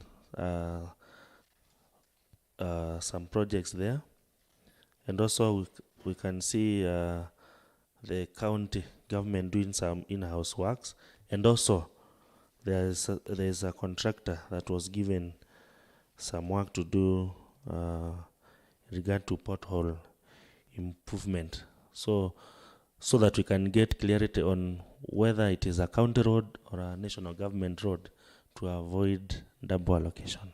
Thank you. Yes, that is an issue that was in the report that made this committee decide to hear more from the department. The road of Makutano Mwala, the road of Makutano Kidhimani Road, so that the member will want to know what category of road is it and how is it that, just like here, we have the Kenha or Kera or Kura doing works on the roads, and the county government is also doing works on the road. And the same question as you asked earlier on, who will be responsible for any failings on the execution of the works? Then we have Mheshimiwa Nicholas, then Mheshimiwa Kisini. Sorry, Mheshimiwa Kalumu. Mheshimiwa Nicholas, Mheshimiwa Kalumu, Mheshimiwa Kisini. Please field all the questions so that when the chief officer wakes up to answer, you get the answers to the questions that you have. And we agreed we just be straight and to the point on the questions that you have. Thank you, Madam Speaker. My name is Nicholas Mutugo, representing the great people of Katangi Ward. I only have one issue and one question for Katangi Ward. That is number 31. There is one road allocated 26.2 million. I guess it's the one from Katangi, Ikombe to Kithimani Ward. Now that is a KRB road. Members, did we agree that we mix the two sets of roads? No, because we need to have some order in this. The KRB roads have a separate order paper, or even if within the same order, they are arising out of a question or a statement that was brought by the majority leader. For the roads which we dealt with, the 4 or 5 roads which were earlier on read, including the Kinka Road and so on, those ones are because of a report that came from the Committee on Transport. So let's not mix them. If it is about KRB roads, Honorable Nicholas, I seek that you hold on to it. We'll come to it when we come to KRB roads. Because I remember KRB roads has other questions of the equitability of distributing them. So we are not yet on KRB roads. Are we okay? You get it right? Yeah, just wait a brief. That's fine, Madam Speaker. Thank you. And the two members, Honorable Kalumu, Honorable Kisini, please stick to the roads that were in the report of the Transport Committee. Thank you, Madam Speaker. I would like to ask the CEO the contract periods of those roads. Let's have order, members. The member who is contributing needs to be heard. Contract periods of the Kinga Road and Kidini Road, and also the cause of delays, and what remedy of that mix-up of earthworks being done by somebody and by the county department, and bitumen laying being done by another contractor. And if the contracts are separated on earthworks, who is to blame? And if the time of defect has elapsed, who takes the blames as a whole contract now? Because there is part of the department and there is part of the contractor. Another thing is, because this one is for KRB, let him answer those ones. Thank you. So members, remember, we already have fielded questions. Please pay attention that you don't repeat a question that has been posed. On Honorable Ngunga, please. I'm on the table. I'm on the floor. Don't disturb when I'm speaking. So I was summarizing what Honorable Kalumu has said. There's the issue of the rationale of mixing, that we have dealt with it so much, and who is going to be responsible for any defects that might arise. Okay? And the contract period too, we said, let us have the program of works, which you said, this is a contract period. This stage will take this period, will take this period, and so on. So that then when you come to answer, you're not going to repeat again also questions when you're answering. So that is what Honorable Kalumu is emphasizing, but let's not emphasize, because we've already talked about what you need to answer. What he hasn't been asked is what we want to look at, members, isn't it? Honorable Kisini. Thank you, Madam Speaker. I just want you to allow me specifically raise a question, more especially on a problem I have in the river, but it might still touch on other areas. Is it about the question is about how long does it take when you report to the sub-county about the culverts which are blocked, about the drainage which is blocked?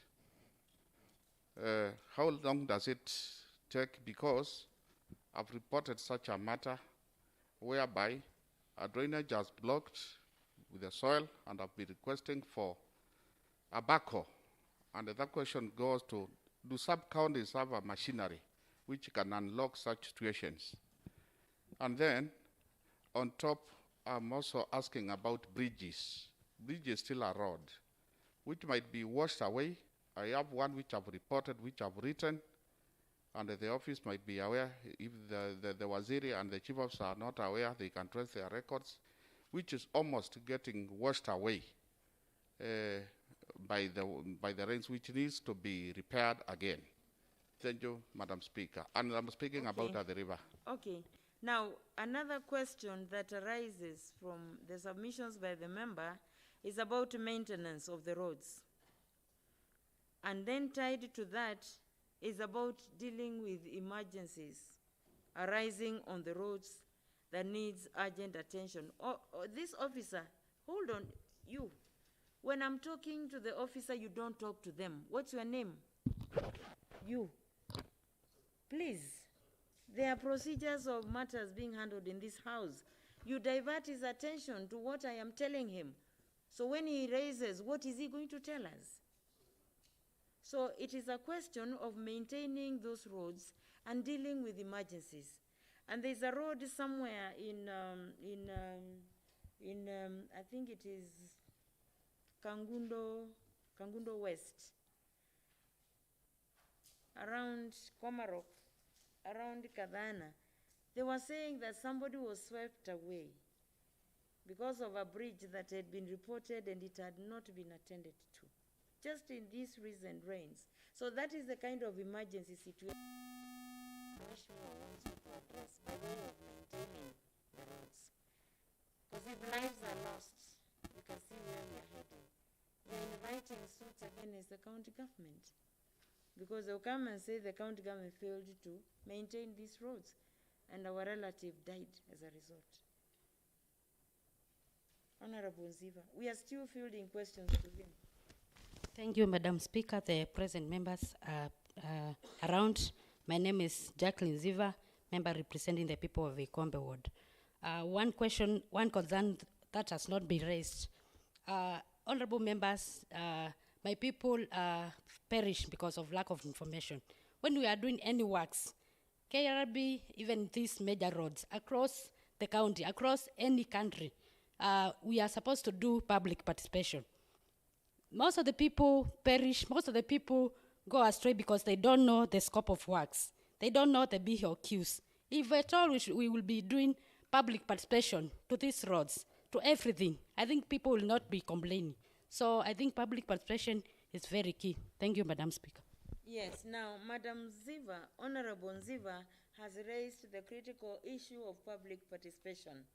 And of course, public participation goes along with transparency and accountability in the execution of the works.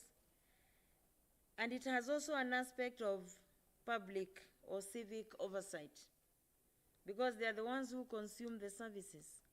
So how much of them do you involve their opinion, and how do they get informed on what you are doing, including the issues that the members are raising here? And we're almost reaching to the end of these questions. Honorable Minority Leader, then finally, Honorable Minority Leader. I've seen other two members who want to contribute. Thank you very much, Madam Speaker. Call it major roads in the county government, call it KRB.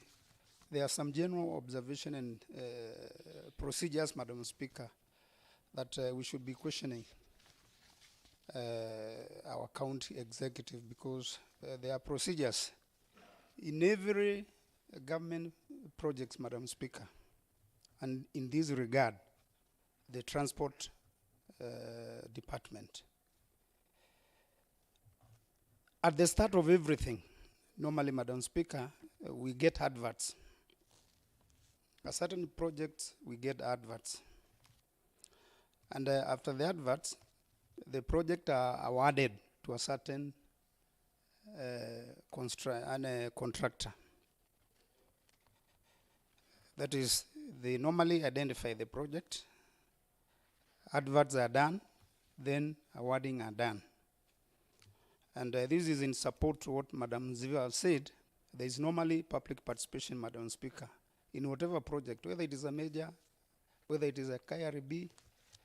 I'm coming on a point of some policies that us as a government, we are failing. And my remarks are, if the following things that I'm going to mention here are followed, things in regard to transport will be followed and there will be no problem. As a result of that, Madam Speaker, as a result of public participation, and CEO, I want you to take note. I've said about identification of the project, adverts, and awarding of any contractor. Then a public participation is done. One, there's a very big weakness, Madam Speaker, during the public participation. Please, Honorable Minority Leader, we agreed that public participation will be an issue.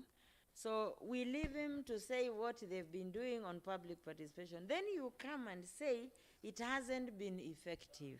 You get it? Okay, fine, Madam Speaker. So once it is captured, let's not discuss now. Fine, okay, Madam Speaker. They should capture about public participation, where there must be the project management committee. Right. That is very key. So Madam now Speaker. that other aspect is the project management committee, comprising members of the public. Of the public. Which is what I call the civic oversight. Oversight. Then after the work is done, that is when the construction is done, there is always, after the construction, there is always an inspection carried out by the experts from the county executive. There must be an inspection carried out by a technical team, because we have got engineers in the county department, whereby after the inspection is carried out, Madam Speaker, a certificate is supposed to be given on the completion of that project. So can I ask whether then we capture from Honorable Kamitu the process of the procurement? Is it followed to the letter? Because what Honorable Kamitu is saying, it is provided for. There will be the tender committee.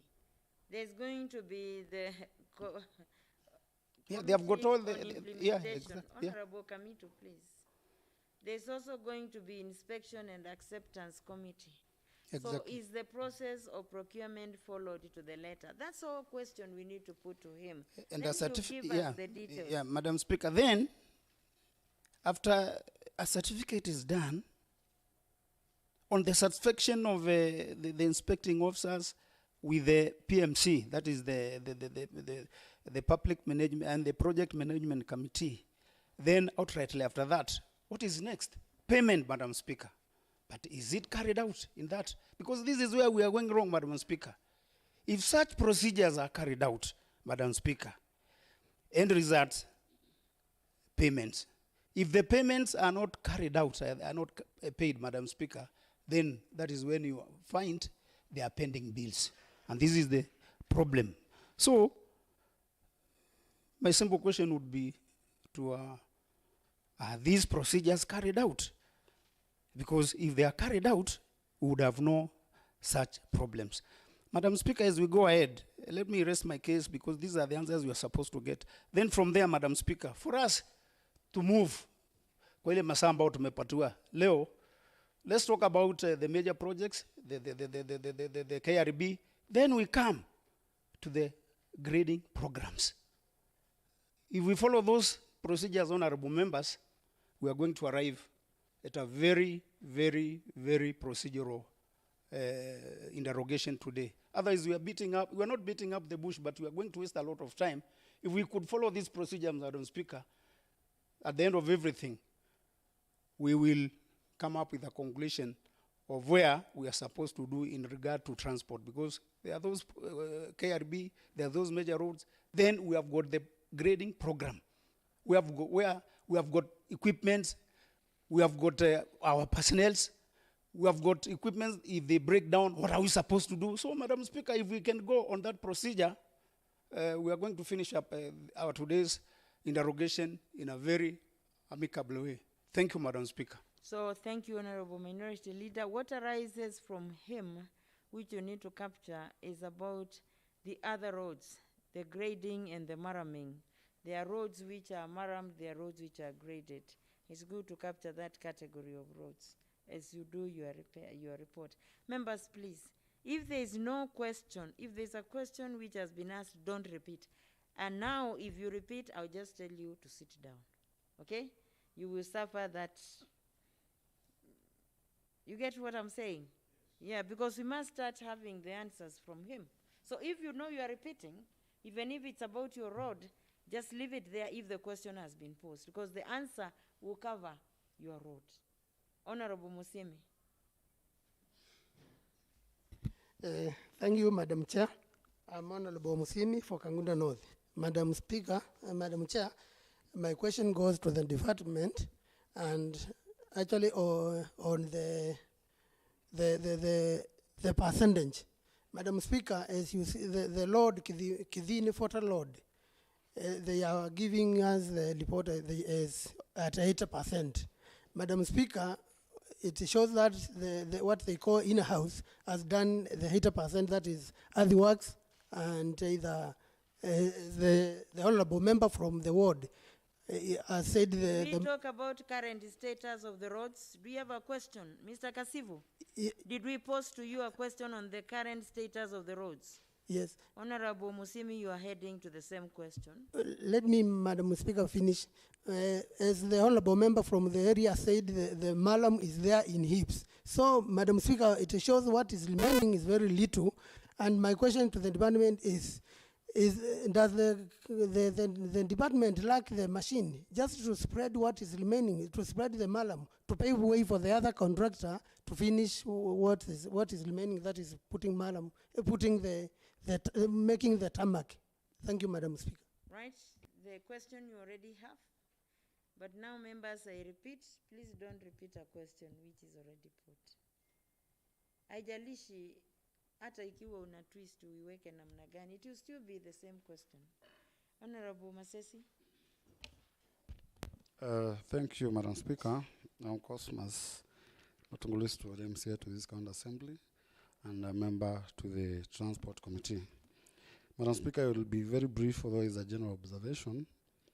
But I want to remind us that we had the report in the House, and what lacked was what were the contract sum of the major projects, what has been done, what was to be done by the county government, what was to be done by the contractor, and what has been done by the county government. What were the timelines for the major roads?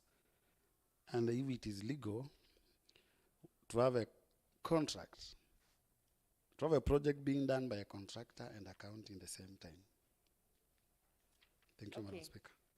So what questions arise from Honorable Masesi's contribution is the legality of that procedure, mixing the two. I know you talk of public-private partnership, but see how you will answer him. And then again, he is talking of the issue of the responses from the executive. The committee has expressed frustrations that they've been asking for information, it doesn't come. So the question would be direct, why is it that when information is sought for or documentation, it doesn't come? Maybe if it had come in that stage, we may not even be having this sitting. So that is the other aspect that the honorable member has raised. Unless it is now anything else which you need to do, can we have now responses to these questions? The responses, what is the additional question, Honorable Ndawa? Madam Speaker, the additional question is on the issue which was raised by Mheshimiwa Kamitu on the PMC. My question is, do we have budget for PMCs? And if there is, how is it used? Because most of the projects that we have undertaken, the project management committee do not get anything. And maybe the department gives money to be paid, and maybe they don't have information that the money does not reach the PMCs. So the PMC's project management committee, we've had some members complain that the members of the PMC are now on their neck asking to be paid by the individual member. Question is there a budget, or was there a budget for PMCs? And if it wasn't, why has it not been there? Because that's an aspect that is of good governance in implementation of projects in the county. Members, we will invite Mr. Kasivu to give us responses, but I also want to have a feel of the members. We continue. I want to have a feel of the members. We continue. Yes, so that he can respond then at an appropriate time. The House can break briefly for lunch. So, Honorable, Mr. Kasivu. Thank you very much, Madam Speaker. Proceed and respond. Yes, so many questions, and I want to believe I've captured all of them. My boss was also capturing them, as well as my team. Probably I'll start from the most recent about PMCs. Now, here there are two issues. There are the KRB projects and there are the other projects. KRB are very specific on how their money is supposed to be used. And the money which is assigned there on KRB is basically for things like material testing, putting the signboards, and for supervision. And that is very specific and very clear. On these other projects, on the BOQs, there is no money for PMCs, and we are going to table the BOQs here so that the members can interrogate. Now, do you plan to have them in the future? If we are allowed by this House and we enact that, immediately the next contract we should put a component for PMCs so that those supervision teams have something. We can do that. It's a point of information, Madam Speaker. But for the current BOQs, which we have no any component for PMCs, and we have not paid any money for PMCs. Okay. Now, Honorable Masesi. PMCs. Yes. Honorable Kingori, are you saying that you know of a contract which has a provision for PMCs? No, I have an information on what you are asking, because we don't have a law on PMC, but now we have a a bill in this county of the same. And I don't know whether Katibu know about it, because it's on the early stages where it is supposed to be brought here, because we don't have any law that guide on PMC. The bill is Machakos, but the bill, Madam Speaker, is called Machakos Management and Evaluation Bill. Speaker. The fact that there is no law does not mean that that good practice cannot be implemented administratively and through a policy. So now that you are coming up with the law, what has been the practice and what has hindered you even from doing it administratively? Because it is a good practice of prudent use of public resources. Thank you, Madam Speaker. I fully concur with you and also Honorable Kingori, and that can be implemented immediately going forward. But in the past, there will be no money for that.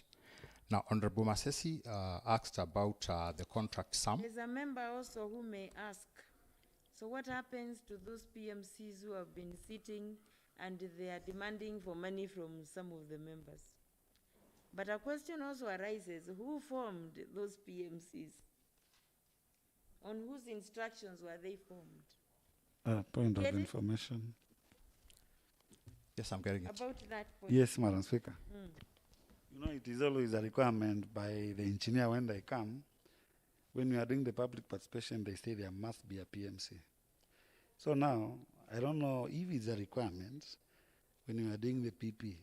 Why is it that there is no component for that? So are we saying that the members who engaged PMCs did so at their risk? It would appear. Mheshimiwa Museko, Honorable Museko. Yeah. I think just to add on what the Honorable Member is saying and what the Honorable Chair was giving guidance or alluding to, if you are to have a PMC in place, I'm just giving an example. The reason why we don't have PMCs here is because the department did not want, the engineers and the rest did not want accountability on the ground. Because what is the unit cost of a PMC? A project worthy 20 million. How much is the cost of having the PMC in place? It is insignificant to the cost of that project. But the impact of having that committee in place is immeasurable. So the Honorable Member said, we always try to put a PMC in place, Honorable Members on their projects in their place, so that they can be able to try and foresee these items. The aim of the PMC is to ensure that before payment is done, they have given a note and said the works have been performed as per the BQ. But the implementers of this thing, the people who have been generating these things, have been making it specific to ensure that there is no PMC in place, so that now the engineer, once the engineer or the contractor brings their comes and says they are finished, the invoices are just signed and paid without any recourse whatsoever to the user, to the person who is supposed to be using that specific item on the ground. And therefore, that's why I allude with you that it's a good practice. We don't need to have a law, my honorable friend, for people to put good practices in place to ensure that we have accountability for public funds. And if we have had, that's why I'm not questioning you, Honorable Kasivu, you came the other day, Waziri, you came the other day. We have engineers here who have been on those seats for ages, and they have seen other people having those things in place. They are the people who should have guided you in ensuring there are PMCs in place, but they had their own issues. Honorable Speaker, thank you. Okay, so we hear that. We can go to the next question. Yeah, I think thank you for that. Well noted. And I'm happy also to hear this law coming up. This is good you capture, although I know we are on hand side. Yeah. Make sure that you get the information properly on the questions that were framed. Yes, and then there was a question of information to the Committee of Transport, Roads and Public Works. Madam Speaker, I want to confirm that we have given 100% all information requested from us.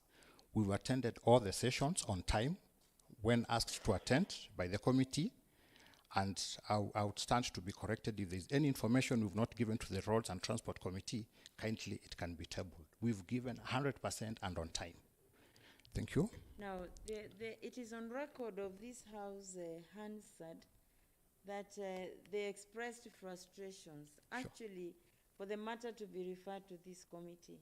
They say they've been asking for information, they've been summoning, and they are not getting members. Do you remember that? Yes, that they expressed a lot of frustrations, and actually they said, we now ask the House to come to our rescue. I remember the chair making such a comment on the floor of the House. So where are we? Who is telling us different information?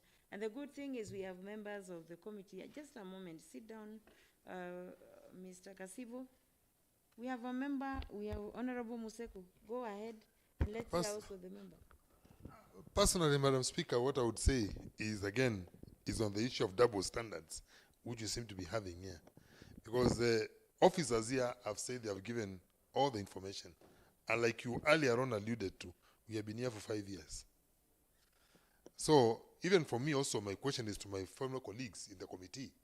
If they have not been receiving this information for 5 years, why have they not come before this House back then and say they are not getting this information?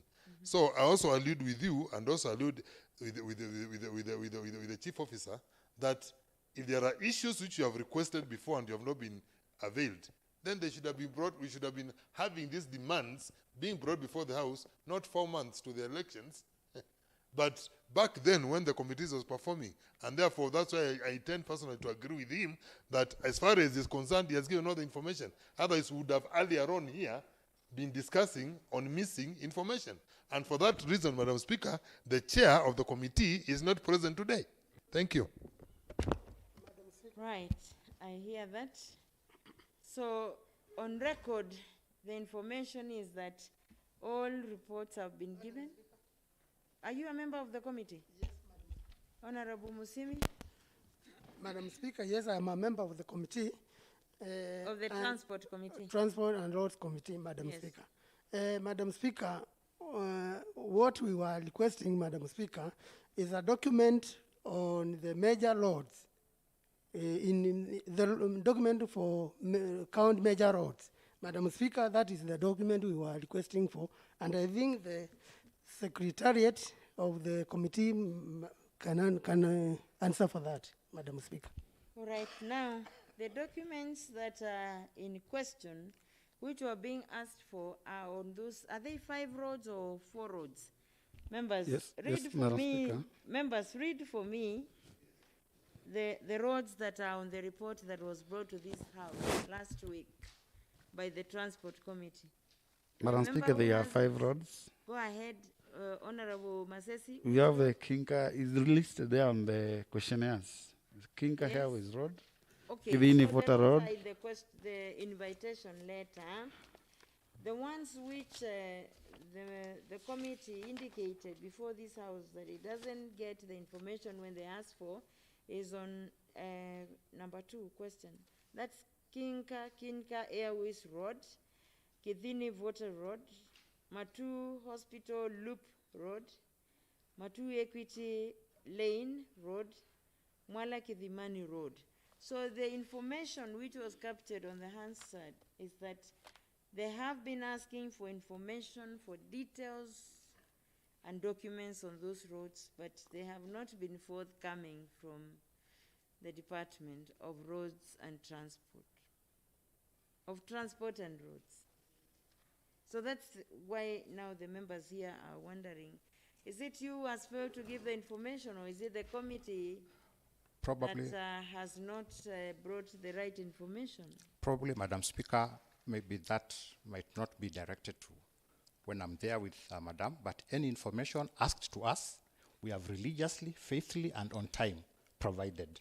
And that is on the basis where the committee Point of came up with the Speaker. report. Point of information, and Madam we also Speaker. visited the 5 roads with the committee jointly.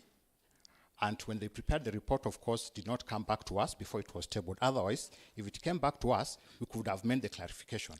Honestly, Madam Speaker, we have given all the information, Anytime we are summoned here in this house, we come, all of us, with our technical teams, religiously. Probably that is referring to the previous regimes. But during our time, Madam Speaker, and I can bring to this house all correspondences stamped, received, in line with the letters coming from the sector. And we have a very good working relationship. Even at times, they even make a phone call, and we bring a report, just by a phone call. And even the letter will follow later. So thank you, Madam Speaker, and I think we can leave that at that. So there we are, members. Yes, Okay. the House has noted. Thank you, Madam Speaker. The other concern was from Honorable Kamitu, and he rightfully took us through the steps of procurement, and thank you very much for that. And I want to confirm to this House, we follow the procurement process to the letter, because remember, at the end of the day, we are also audited by Kinau. And for the for KRB projects, we are audited by Kinau, and over and above that, by KRB auditors. Yes, thank you, Kamitu. That is followed to the letter. Honorable Kamitu, not just Kamitu. Honorable Kamitu, sorry. I'm getting used to this. Then Ziva, there was a question about public participation. Yes, this is done, and it is the time of public participation whereby the scope of work is also supposed to be discussed so that the community can be briefed of what they expect. If it's a drift, they're supposed to be taken through how many meters, what is the length, what is the width, and all other aspects as per the scope are normally discussed during the public participation. Thank you very much. Then Kisini, he talked about he talked about a bridge, which is in a verge of being washed away by waters. Yes, that bridge does not belong to the county, but we are going to send our engineers to come up with a report so that we can also intervene through KERA to make sure it is done, because if it collapses and our people cannot commute, it is affecting the people of Machakos, and we have a responsibility as a county to make sure it is done. The same way, we even repair potholes on KERA roads, because if it takes 5 months and people are dying there, people are getting injured there, we can't wait. At times we even repair as a county as we wait for them to come. And then you also talked about maintenance of the roads. Yes, that is our responsibility. Pothole patching, and all that. Bush clearing and all that. Then the member for Kidimani talked about contract period for Kinga and the challenges we are facing. Yes, any contract has a contract period. And it is our wish to complete the project within the contract period. At times, there are challenges. And you mentioned Kinga Road. Yes, Kinga Road started sometimes in 2019, and we know we had challenges 2020, 2022 of COVID, whereby some workers could not even cross from Machakos side to go to work to Kinga because there was a roadblock somewhere around here. And among other effects of COVID, which are well known to us, rains have also been affecting us. And for this, the contractor has written to us requesting for contract extensions, which we've done, and we can also table our communications for that effect. Of course, there was also issues of payment due to cash flow issues, whereby the contractor kind of went slow as he's waiting for the raise certificates to be paid. So I'm confirming that every contract has a contract period, and it's our wish to complete the contracts within a contract period despite the challenges. Then Honorable Kituko talked about the category of the road. That was Kithimani, Mwala. Yes, that road belongs to Kena. But we all know that that road was done by the county government. Now, Kena came and did a section. The road is 33 kilometers. And then they did a section of 6 kilometers from Makutano all the way to Kwaindi. And they stopped at that. That is 2 years ago. They have not come back. 2 years ago. So as a county, we wrote to them, and our letter is here, which we can also table, requesting if we can repair the remaining section, because our people are suffering, the potholes, which Madam Speaker was talking about, the section of 27 kilometers, and they gave us a go-ahead in writing, which we have. And we get a contractor, which we did through an open tender, competitively, and then the contractor came, did some dressing of some section, about 1.8 kilometers, if you measure from Kidimani coming this way, and a bit of a pothole patching. So That is also on record. And now, Honorable Speaker now, who is sitting, talked about a drainage, which comes first. The drainage comes Point first. of order, Mr. Speaker. Sorry. Point of order. Just Yes, a minute, yes. Honorable. Yeah, Mr. Speaker. Mr. Speaker, we need to agree that the issue was why we need to do those requests when in our feeder roads, Mr. Speaker, we are suffering without fuel, with issues of repairs. Why do we need to get into those other roads which don't belong to the county when within us we don't have fuel and money to repair our graders? That was the main concern. Yeah, that, and before you respond on that also, Chief Officer, we are using 48 million shillings. 48 million shillings to do pothole repairs. 48 million shillings. How much money do you spend to tarmac a kilometer? You are engineers, so I'm asking this request to engineer to tell you what is the cost of tarmacking 1 kilometer on average. It's about 20 million. 20 million. So we are saying that the recarpeting, the repairing of potholes of the Kidimani Road is equivalent to working on 2 kilometers from scratch to completion. Because you're talking about, I've looked at the cost, it's about 48 million shillings.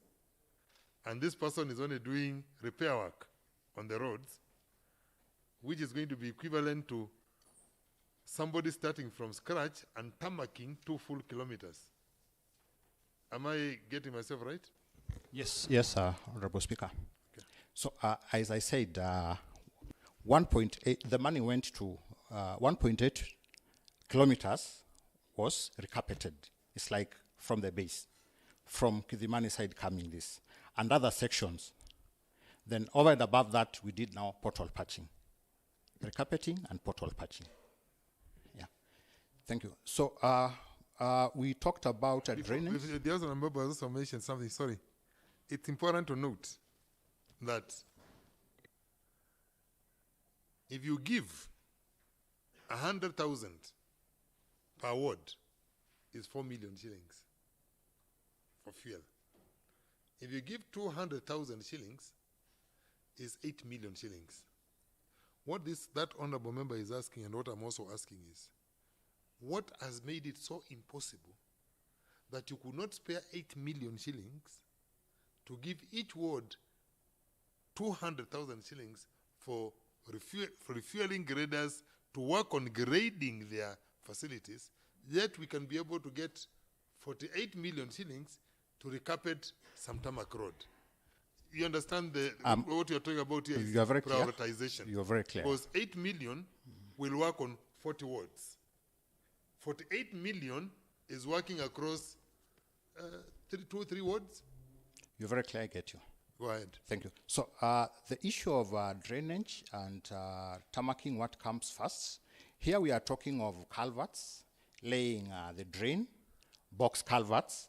Those automatically comes before you tarmac the road. So I think I wanted to make that clarification, and it came from you, Honorable Speaker. The other concern came from majority. It was about having competent engineers. Some are seated here, qualified. I might not want to now talk about their qualification here because they were recruited competitively and they have all the necessary papers. They have been working, supervising our works. Then I think the honorable member was only questioning on whether if they are qualified and all that. Sure. I also questioned myself. Yes. What kind of advice are they feeding to their chief officer and to their minister, to their CM? Because it appears like some of the information we are getting here and the things going on here do not allude to people who have ethics in their professions. Because your professional ethics, which need to be followed. I think that is what the honorable member was talking about. Why are they not following their professional ethics in ensuring that they give you sound advice while you're executing your job? Point home. Thank you. So from Honorable Kingori, issue of diversion while doing the road. It's been a big challenge to do that at Kinga because of the population there. However, we've managed to come up with diversions. You spoke about pollution. The contractor has been watering the road. And then the issue of whether the Kinga Airways we are doing through in-house and contractor. I want to confirm to this House, Honorable Speaker, that Kinga Airways Phase 1, which we are currently doing, is fully contracted, and it was awarded through an open tender. Now, there was also an issue of current status of the projects, and I think that is what I started taking the members through, and that is the summary, which we are going through. I believe we have that summary, honorable members. We have that summary on the status.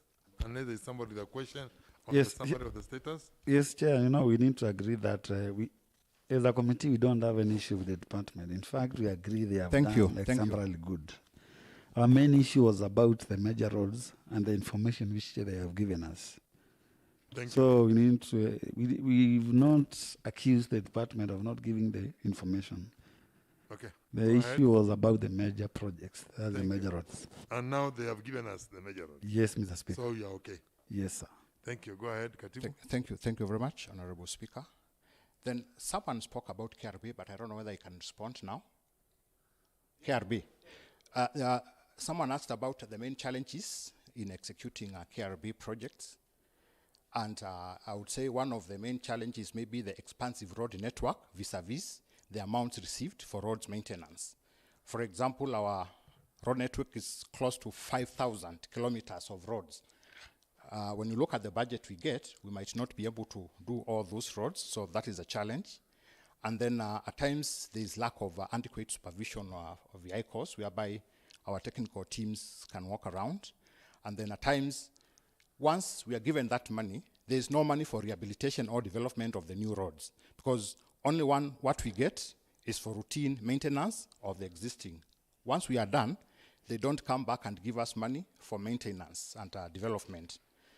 And someone asked about stalled KRB projects, and I want to confirm to this House that there is not even a single KRB project which has stalled. All have been done to completion, and all have been paid. Yeah. And while we are at that point, Katibu, when you look at the summary which we were given, which was done by the committee, by the clerk to the committee, when did you come into office, Katibu, in the Department of Transport? I'm now 1.5 years. So from 2020? 2020 August. So during COVID. Looking at this summary which we gave here, and I remember I asked you this question, you will come and find that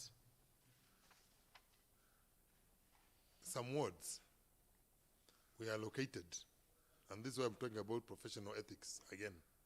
Some wards were a ward is allocated 5 or 6 KRB roads in 1 year, working in one ward.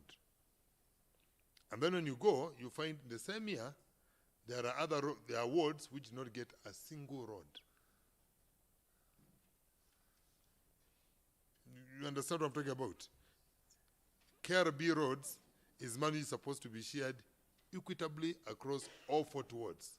When we are doing our budget, we allocate and we give roads for KRB equitably across 40 wards.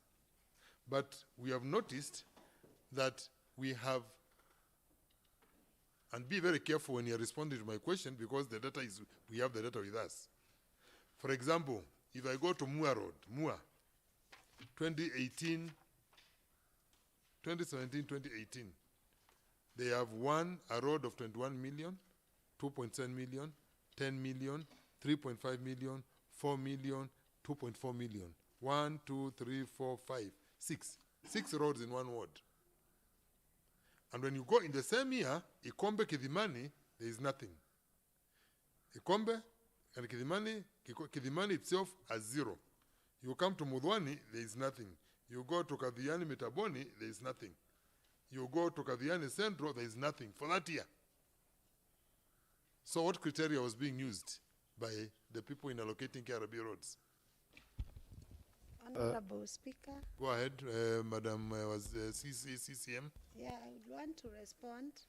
Yeah, when we got into the office with Katibu Justus, we found that was the status that some wards were not, they were left out and there was no one to give us the justification why. So we went ahead and sat down with the members of the county assembly from the 40 wards, and we agreed that we are going to do equitable distribution. And I think that has come out. We've been advertising 40 projects, meaning one per ward. And I think Atibu and Tim, you can concur to that. Maybe to add on that, Naomi, go ahead. Just to add on that, Honorable Speaker, yes, from the previous report, and we came here in this house and we discussed, and we agreed that going forward, we distribute KRB funds equally across all the wards. And to confirm that, we reached out to all the members. In fact, we set as per the sub-county, and we agreed. And that's why you see, when you look at the latest report, we've only managed one KRB. This current financial year, there's no KRB funds. So when you look at the current report, you'll see there's a distribution, unlike the previous years. Yeah, and I would like to correct you Yeah. on that one of that this. I would like to correct you on the issue of that this year there is no KRB. There is KRB. Okay? And don't be told by anybody there is no KRB. Those funds have simply been renamed from Kenya Roads Board to Equitable Share. So the same amount of allocation money which we are getting under KRB has been increased in our Equitable Share. And therefore, when you are doing your allocation of projects, you should continue allocating projects under KRB as if they were still being paid by who? Because it doesn't meet, even if I call 1,000 shillings KRB and I take the same money and I put it here, call it Equitable Share, isn't it 1,000 shillings? It's just the renaming of it and the management of it, which now comes directly under you, instead of before when it was under the Roads Board. But the funds are available. Go ahead. Chair. Yes, go ahead, Honorable I Gunga. wanted to comment because you have named the ward that I represent, and telling you that some of these things that you are seeing, especially the money that were allocated in the financial year 2018-2017, 2018-2019, I think is the one that you have named. You can see there's a long list. Example, yes. There's a long list of allocation of roads that were done to Mua. Yes. This was to cure historical injustices. This was to cure historical injustices because the moment that I came into this house, I realized that the previous assembly, there was only 1 kilometer of road that had been done in Mua. And so I went approaching the department and I told them Mr. Speaker, of course, excuse me, this you'll have to protect me because I think I'm using facts. Honorable members. I am using facts. Honorable Cosmas, let him finish. I think it's orderly that maybe you can even as well cross-check the facts because that is the truth. Because I sat in the committee of roads, and when a report was given about the first assembly's performance in terms of roads, I realized that Mua had only 1 kilometer that are actually only grading. And so I went approaching the department. Of course, the members that are ahead of us, before us, were not even there. And so we agreed that that was going to be brought to level, and that's why we got this allocation. But again, if memory serves me well, Mr. Speaker, we were able to sit with the department, and I think this problem was cured.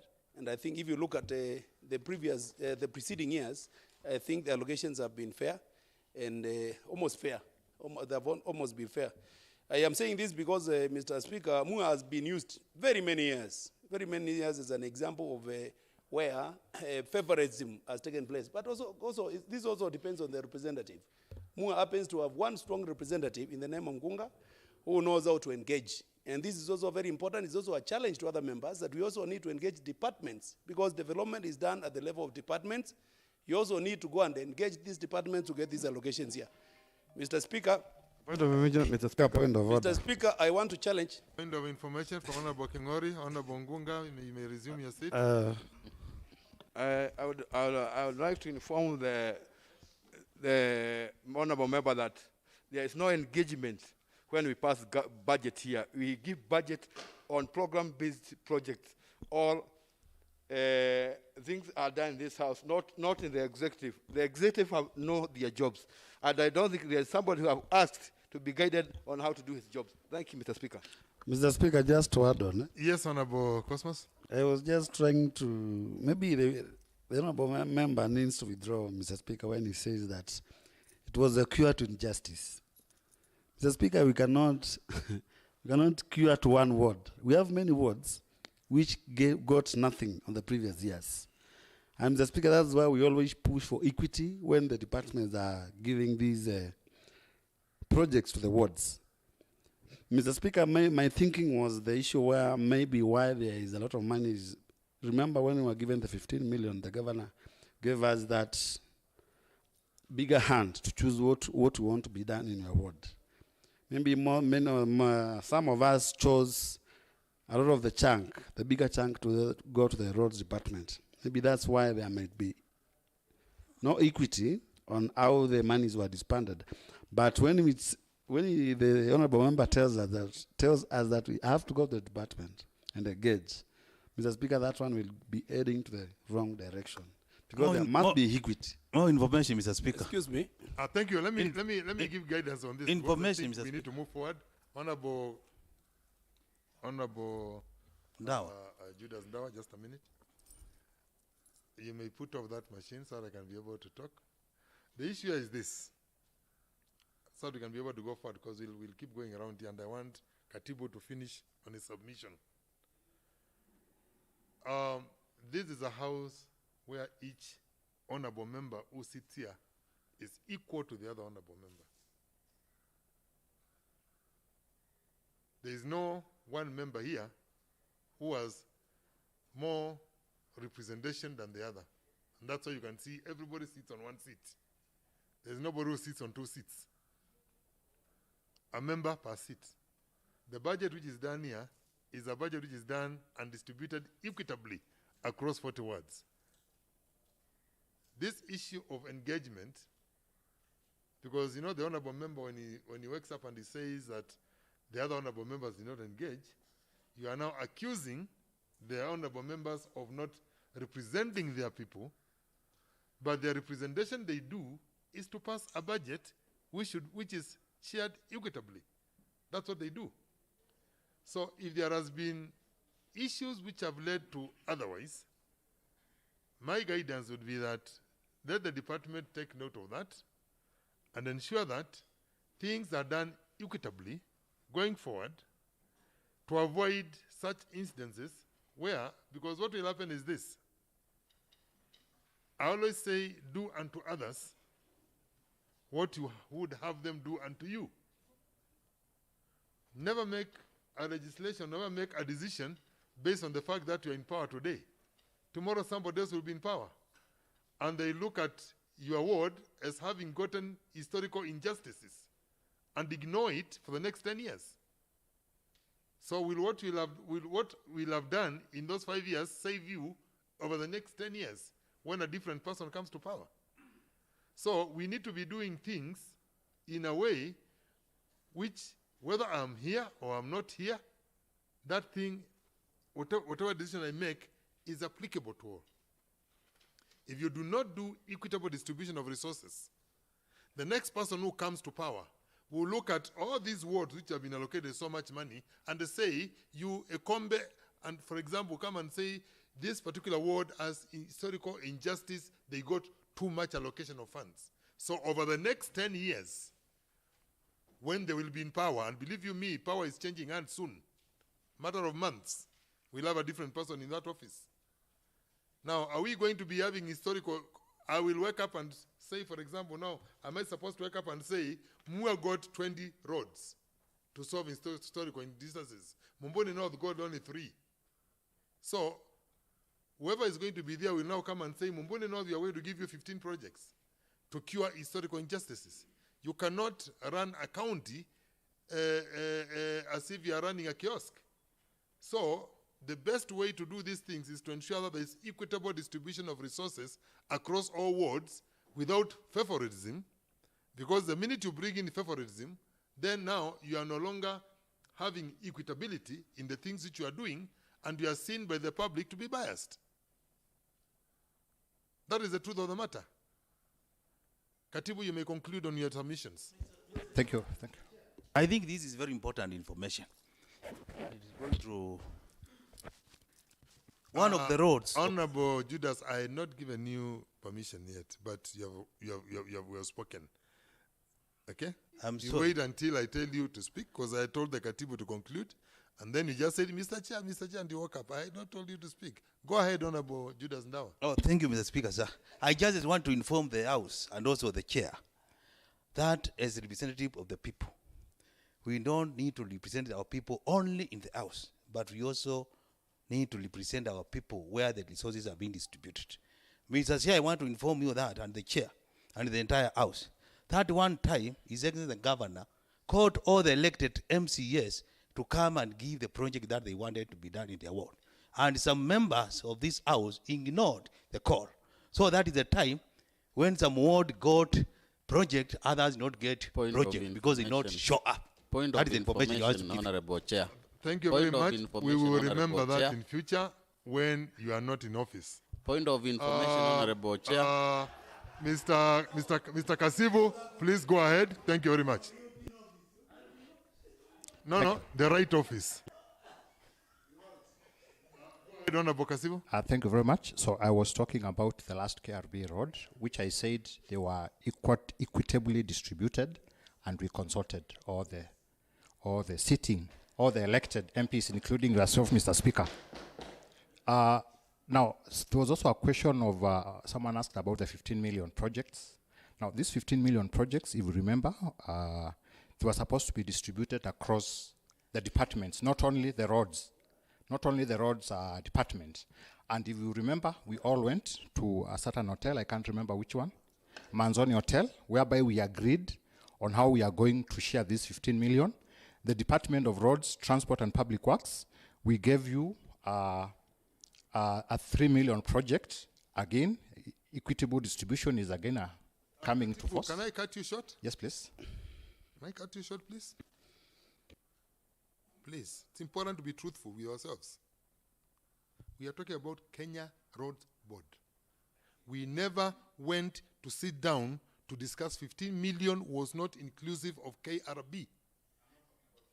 I'm just trying to explain to you. I've finished the about analysis KRB. I'm talking about. The analysis we're talking about here is on Kenya Roads Board. And that's why I wanted to correct the other gentleman there. And I've finished that. What we are talking about here is KRB. I've The already projects the governor was talking about and the other is the other ward projects.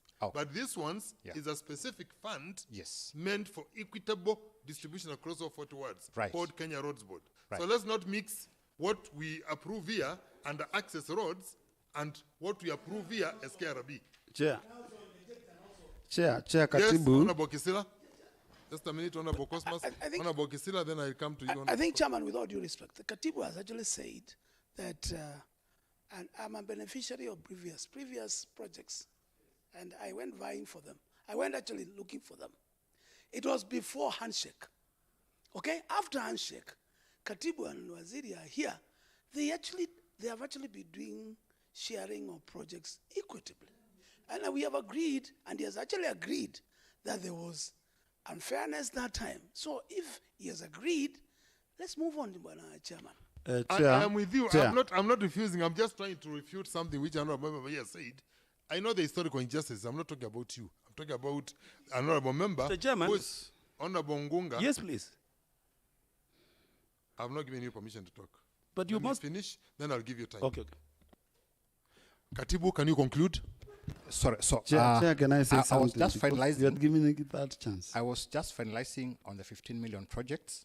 We advertised through open tender, and out of the 50, I would call them projects, which we advertised, 33 were responsive, and 15 were unresponsive. So as a department, we've been looking around, what do we need to do? Because we don't need to advertise them again tomorrow and we don't get people responding. So we've come out to a conclusion that for the remaining ones, so that we are all equal, we all get those projects, we are going to re-advertise, right? We are going to re-advertise the remaining, only the remaining 33, which were non-responsive, so that, because like I know in Ikombe, it was no one responded. And that is the right thing to do anyway. Yes, so we are going to re-advertise, and we hope we are going to get people, and we commit them.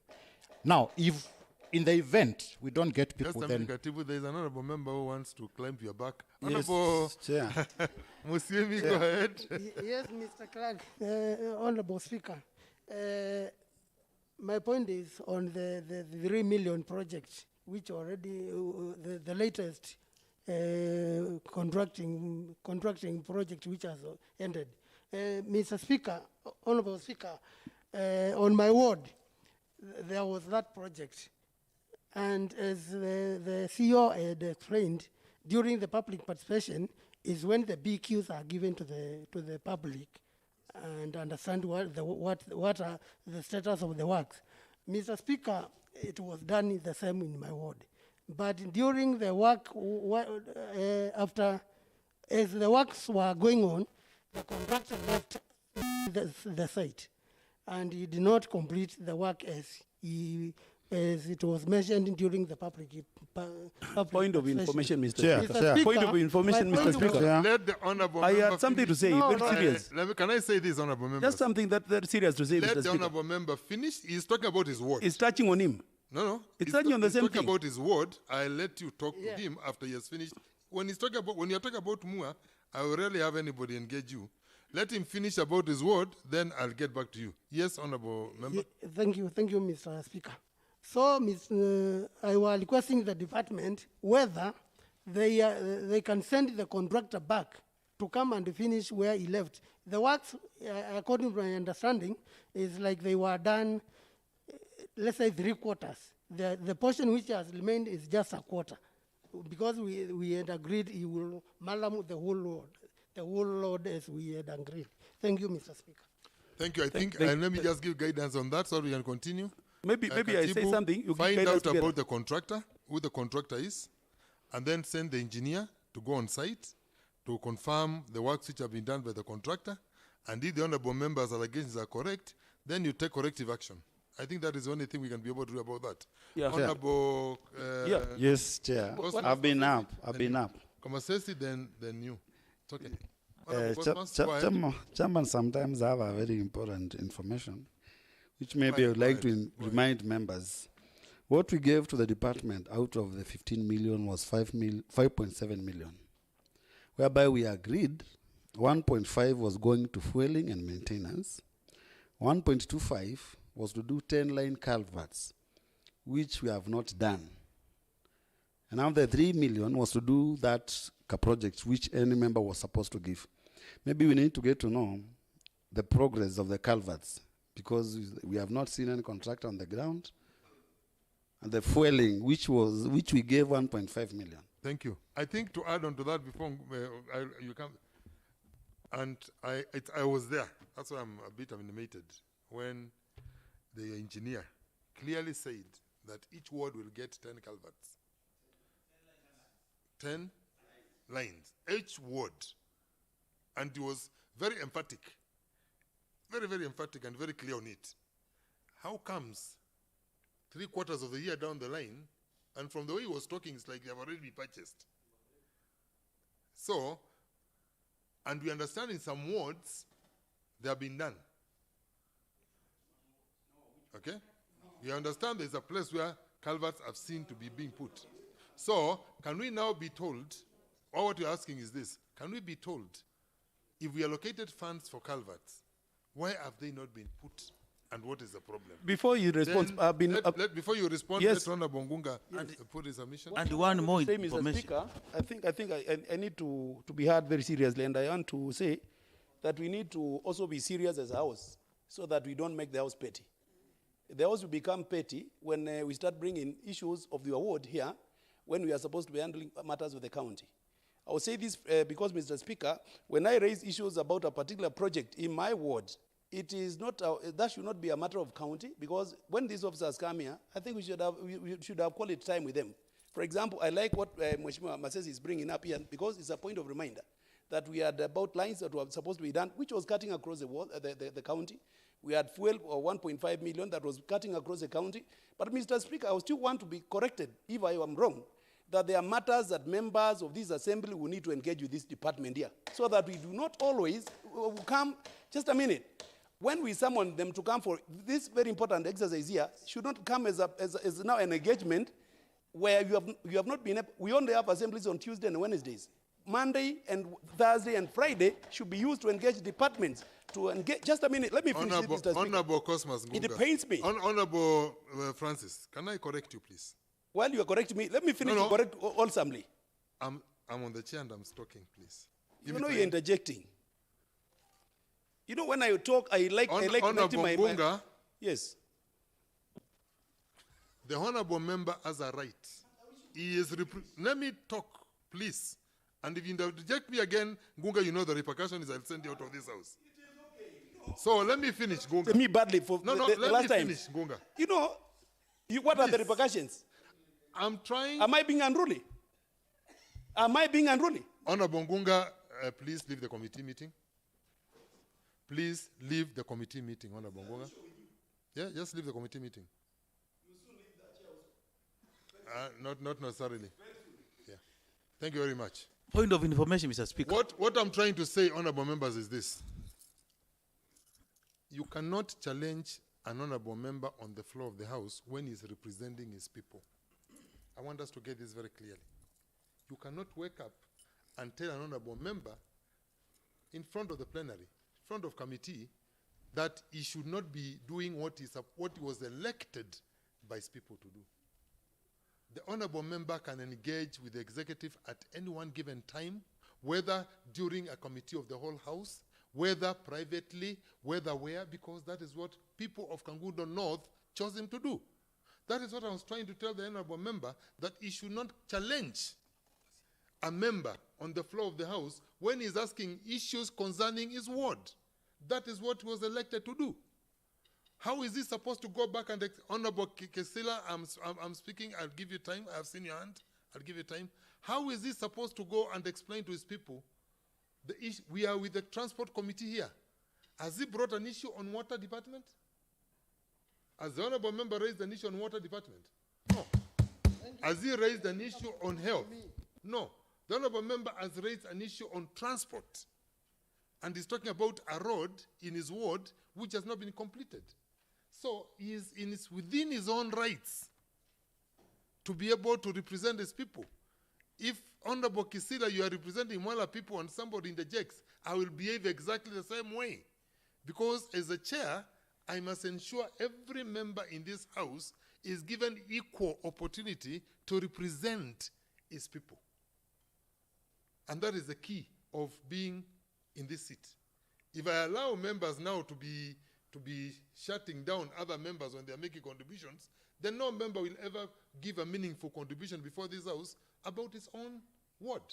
That is the thing I'm trying to do, honorable members. But the honorable member, I do not know whether I still want to find out who was the contractor on site there, because I think it affected him. So I need to find out who was the contractor who affected that road. Maybe he was involved in it, I don't know. So, Honorable Kisila. Chairman, I think we need to allow the Katibu and the Waziri and then his team to contribute and give us the evidence. And let us calm down so that we get the best out of this team. And there's a very good point Mheshimiwa Masesi has raised. They can also shed light on that. And I'm very happy that Katibu has said they are re-advertising the 3 million projects, because mine was not, didn't have anybody interested. So if we can allow, with your permission, Chairman, if all of us can calm down, we allow the Katibu and Waziri and his team to take us through, then we will be good to go. Otherwise, we are also wasting time. Honorable, thank you. Honorable Kisin.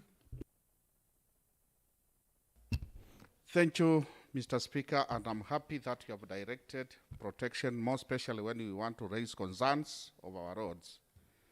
I want to raise a concern over the river, and thank you, Chief Officer. I want to speak about the KRB, which were already being done. My roads were done, but the contractor failed to put the culverts, although that road is now being done by other sections. My question is he going to go scot-free with that money? And then for the current one, which is already going on, I was one of the people affected by the responses. And by that I mean, you know the situation we are in. Are we really going to lose because of this situation? Thank you. To get your question clearly, honorable members, that you're saying there is something about scotch-free. What did you? Scot-free, I mean, a contract was awarded, and the contractor did the maraming, but in it there were culverts which were to be installed, which he did not, or she did not. And by now, which road is it among the ones you have here? Yeah, it is among the ones which we have. Yes. So I just wanted to know, although now that road, it goes another attention that it's being done. What about those funds of the culverts, which he was supposed to put and he or she did not put? I'm concerned because he left the work without putting those things, and I don't know if he was paid or he was not paid. Okay. And that is money which was meant for the river people. So although I got some I got some other group which did that road. Then the other question I was asking is, the response is of the roads which were to be done by this year, which already said that 33, I don't know which are the ones missing or have already been done, and the balance. Among the balance, you know, fate might make us not get those works be done. Fate means the time we are in. So I just wanted to hear from the Chief Officer, what are the arrangements so that we can be protected? Thank you. So I get two things from you. The first one, there's a road he's asking, which I think he says in the scope of works included culverting, and the gentleman just did maraming without the culverting. And the second question he's asking is on the re-advertising ones. What measures are you going to put in place to ensure that those which have been re-advertised are done before the expiry of the time of the honorable members, so they can have an impact on the ground? Honorable Judas Ndawa, can you let the Katibu answer, please? Because time is of essence. Go ahead. Let him respond, please. Judas, I'll give you time. Let him respond. Thank you very much, Honorable Speaker. I think I was just finishing explaining about the ward projects. And I said 33 were responsive, were awarded, and the contractors are on site. Actually, most of them have completed the work, and some of the Waheshimiwas here are very happy, like Honorable, yes, and many others. Others were unresponsive. Mr. Chair, that is where my concern is. And one is, that is where my I concern understand, we've talked. Ikombe, even Mwala, among many others who are here, even Momboni. So, the 15. Just a minute, Katibu. You know, Honorable Judas, we are trying to get ourselves moving forward. Just comment on what you're saying. What are you saying? Just a minute, Katibu. Yes, I'm just asking, Mr. Speaker, and kindly get me right. He said there are some projects which were responsive and others were not. There are those who have already been given, and the contractors who were awarded are not willing to do the job because they are fearing that the government is going out and maybe whoever is going to come is not going to pay. What is the department doing to ensure that the projects that were awarded are done? That is my question. That's a good question. I think it's in line with what the other honorable members asked. True. That you are going to re-advertise. And first of all, how are we going to ensure that they respond? And secondly, what assurances are we giving to these contractors, like he's saying, that they're going to be paid for the money which they're working on? You see, it's important. One of the reasons why Katibu you say that there's no KRB road which is stalling, is because they used to know KRB, once you work on it, you are what? They're paid. You are paid. So now, and that's why I told you, when you tell them that they are no longer KRB, then you have a problem. Because now they start looking at them from a different eye. But money is money. It's been allocated, It's coming from the same kitty. So how are we going to ensure, like the honorable member is saying, that these people are given assurances that ukifanya kazi, you'll be paid for it? Thank you, Honorable Speaker. I said we've awarded 33, and out of the 33, close to 98%, they took it up. Most of them have completed, and others are ongoing. We have isolated cases, one or two, like the one Mheshimiwa Wandawa is talking about. And of course, there are procedures of dealing with such contractors who don't take up the work. There are procurement laws on how to deal with that. And as a department, we are going to deal with that because we are on a performance contract as well. And these roads are part of our performance contract, and we have to get them completed. They contribute into our performance contract. So you can be assured that we are going to deal with that. And then we are going to re-advertise. And we're even considering doing quotations for the remaining 15. We are trying to find which is the best method to make sure we attract people. And also to assure these people that these projects we are going to ensure the ones which are completed, they are paid on time. So that the ones which are ongoing can see that we are paying and they can continue working. So I think I've answered Mheshimiwa Kisini question that we are going to re-advertise. Now the other one, we've done an appraisal for that because there's no need of doing the culvert, yet there's another agency which have allocated more money for that road. So we've done an appraisal and the contractor will not be paid for that bit of putting a culvert. Now for Mheshimiwa from Kangundo, yes, we are aware about that concern, and we are going to set a team of a technical team headed by the chief engineer so that we compel the contractor. We've not paid. We've not even signed his final certificate. So that the project is completed in line with the scope, with the BQ, yes. And you will be part of that team, which will go on site. So, yes. Thank you very much. That one will be completed. Now, finally, to answer the question from Honorable Masesi, we agreed on 5.75, and 3 million was going to either a road project, a culvert, a gabion, a drainage, and then 1.25 million was going to culverts, 10 line culverts, where you can either put on one road or spread them in different roads. Now, for culverts, we did an advert as well, together with the roads. And this one, we thought of doing per sub-county, because we know there are so many. So we had 8 contracts per sub-county. We only got 2 responsive in Matungulu and in Mwala, but unfortunately the contractors have not taken it up, and that is, we are also addressing it together with these other 15 roads. So that will be addressed. So the other bit was 1.5, which you rightfully said it was for fuel, maintenance, mobilization, demobilization, and all that. So yes, Honorable Speaker, for these remaining 15 projects, we are going to re-advertise, and as a department, together with Waziri and the team here, it's our wish to see these projects are completed soonest time possible before elections. Thank you. Okay, honorable members, I think any other observation, any other query? Chair, maybe we can be given some up on fuel, some additional amount in fuel. So that is fuel. Another issue?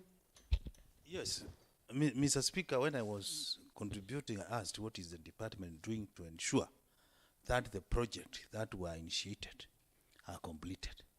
But we have not gotten the answer from the project, the need for the 3 roads, that is the one for Kithini and Matule for 4 and the Nini. What is the department? What is the assurance? How do we tell our electorates? Because they are not happy with what is happening. Initially, when we started the project, it was a blessing.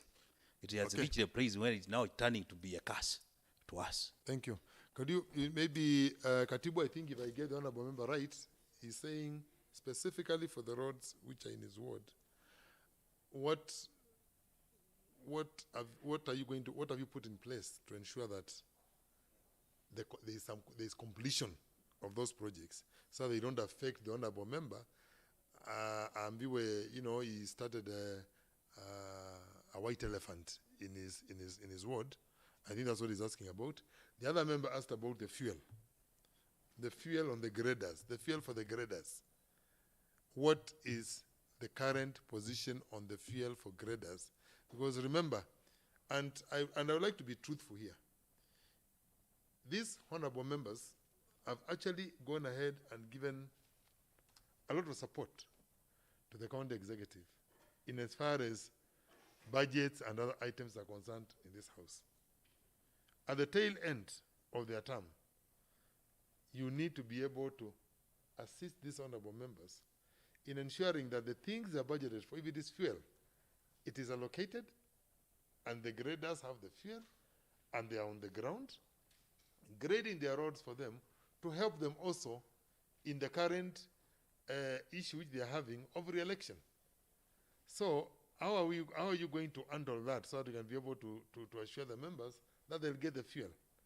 Katibu. Thank you. I think those are two questions in one for fuel. So we've processed fuel in the system, and for us to get fuel, we have to pay in advance. So there is 4 million processed that can also go in record. And once we get that 4 million, definitely we'll automatically go to those projects. The grading project, as well as finishing the earthworks in Matu, which we are doing in-house. Now, and for the earthworks, remember I said that is phase 1. So for us to ensure that project is completed, now we are going to phase 2, which is going to be factored in the next financial year, 2022-2023, which is now laying the asphalt. So yes, as a department, we are going to make sure that money is factored in the budget to complete phase 2 of that project, together with Kinga also. If I get the Katibu's response clearly, is that yours was a phased project. So 1 was financed in this current financial year, phase 1, and then now the tarmacking and the rest will be financed in the next financial year. So now the project is complete. It was financed over two finance, which is okay. So at least now you have now what to tell your electorate in as far as that is concerned. Yes, to inform the chair, Mr. Chair, on behalf of Batu residents, I want to congratulate the department for the good job they are doing to our ward. Mr. Speaker, or Mr. Chair, Equity Lane ended 3 components. It ended drainage works and site cabros and the tarmac itself. I want to inform the House that the drainage work was completed and we are very happy. The cabro works was also done and we are very happy. What is remaining is the tarmac. So, Mr. Speaker and Mr. Chair, I want to confirm here that if a student is given 3 questions and he answers 2 correctly, that student is not a fool. He's a good student. I want to congratulate the department and encourage them to move with speed to ensure that the small part remaining is completed. Otherwise, I'm very happy. Thank you, sir. Honorable Joanna Munyao. Thank you, Chair. I would like to start by saying the responses as given by the Chief Officer. I want to attest here that he was well articulate, and if implemented the way he has stated, I'm sure things will be different. On another note, I would like to agree that, or rather, I would like us to agree that budget to this department is not an issue, because I don't know whether it has been raised. I came a bit late. And if it is not an issue, can we also agree when we are likely to do the advert, the re-advertisement, so that even as we part, we know maybe in the next 1 week, because I'm also affected For Mutituni, it was non-responsive. For others, it was responsive. And that difference may make some of us a bit comfortable. And at the end of the day, we may find that we are not talking from the same page. Others are praising. Some of us are lamenting. So I may wish we get a timeline. And then the next thing is very specific to Machakos sub-county. The grader for Machakos sub-county has been an issue. We are talking of having some fuel processed. The other time it was also processed, and it has been quite unfortunate to us. We may also agree here that at times we may need to pull. These machines belong to the county. As much as we have allocated them to the various wards, we should feel for each other, such that when your machine exhausts the fuel for a certain ward, however much we would like to do some local arrangements to fuel locally, we may have the machines withdrawn and reassigned works to the other wards which are also suffering. Then when we are through, the machines can go back to where they have maybe initially been allocated, so that we don't have fuel being lying there and consumed for some wards, while in other wards the fuel has been exhausted and the machines are either lying there or there are some local arrangements to do the fueling. Thank you. Yeah, and before you respond, Waziri, on the same, and this is not for you, Katibu. This I always want you to hear it. Your technocrats need to be on top of this. Our grader for Machakos sub-county, how long has it been grounded? How long has the grader for Machakos sub-county been grounded? The engineer may know. How long has the grader for Machakos sub-county been grounded?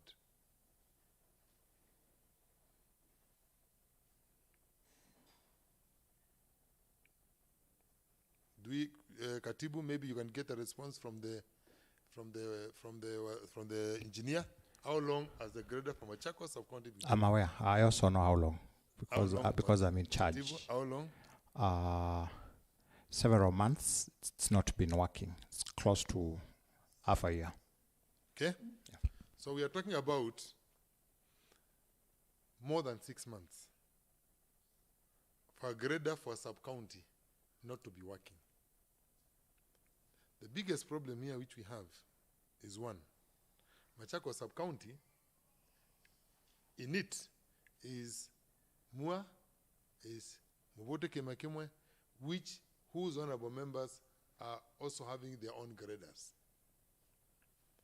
So the end result of when that grader goes down is that Motituni, Mumbuni North, and Machakos Central suffer the most. Kalama and Kola will not get any services being done. 6 months without a grader. So you also need to, and that's why the honorable member is saying, if, for example, you have the grader for Masinga as finished, why don't you relocate it to bring it here to come and work here for a month and clear 1 week in each ward? Would finish in a month, they would finish 4 wards and relocate it back again there, as you give the team of Mutie and the rest a time to repair the grounded one, so that we have work going on in all sub-counties, and not just getting some counties whereby actually you find the grader is packed because there is no fuel. It's in good shape, there is no fuel.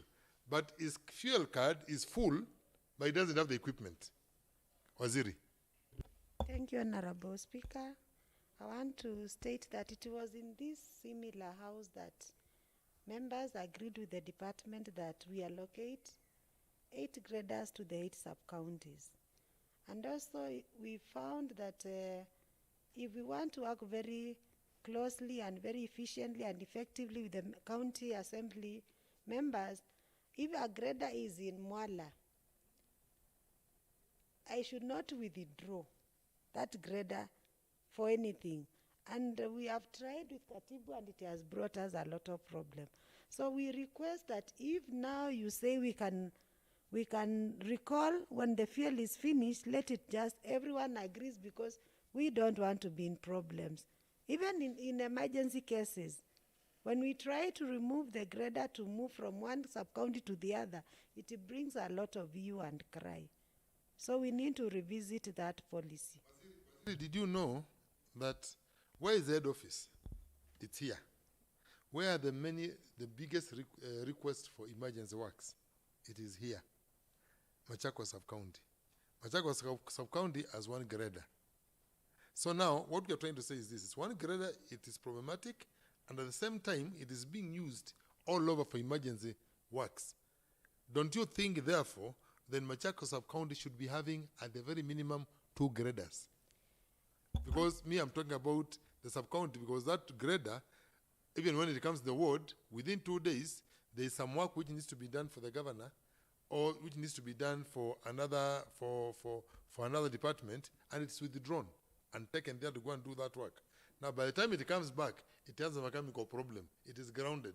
Believe you me, it has been a tough cause for Machakos sub-county, and I think the engineers are aware about it.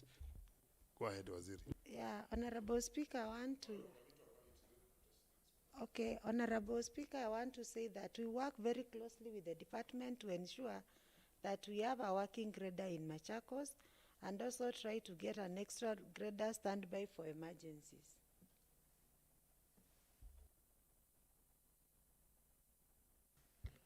Okay. So I think just to add on what Waziri has said. Then, honourable members, I think once I just give 1 minute to Honourable Kamitu, 1 minute to Kisini, and 1 minute to Mweni, 3 minutes maximum, so that we can be able to conclude this item. So maybe I can take the 3, then I respond together. Yes. Honourable Kamitu.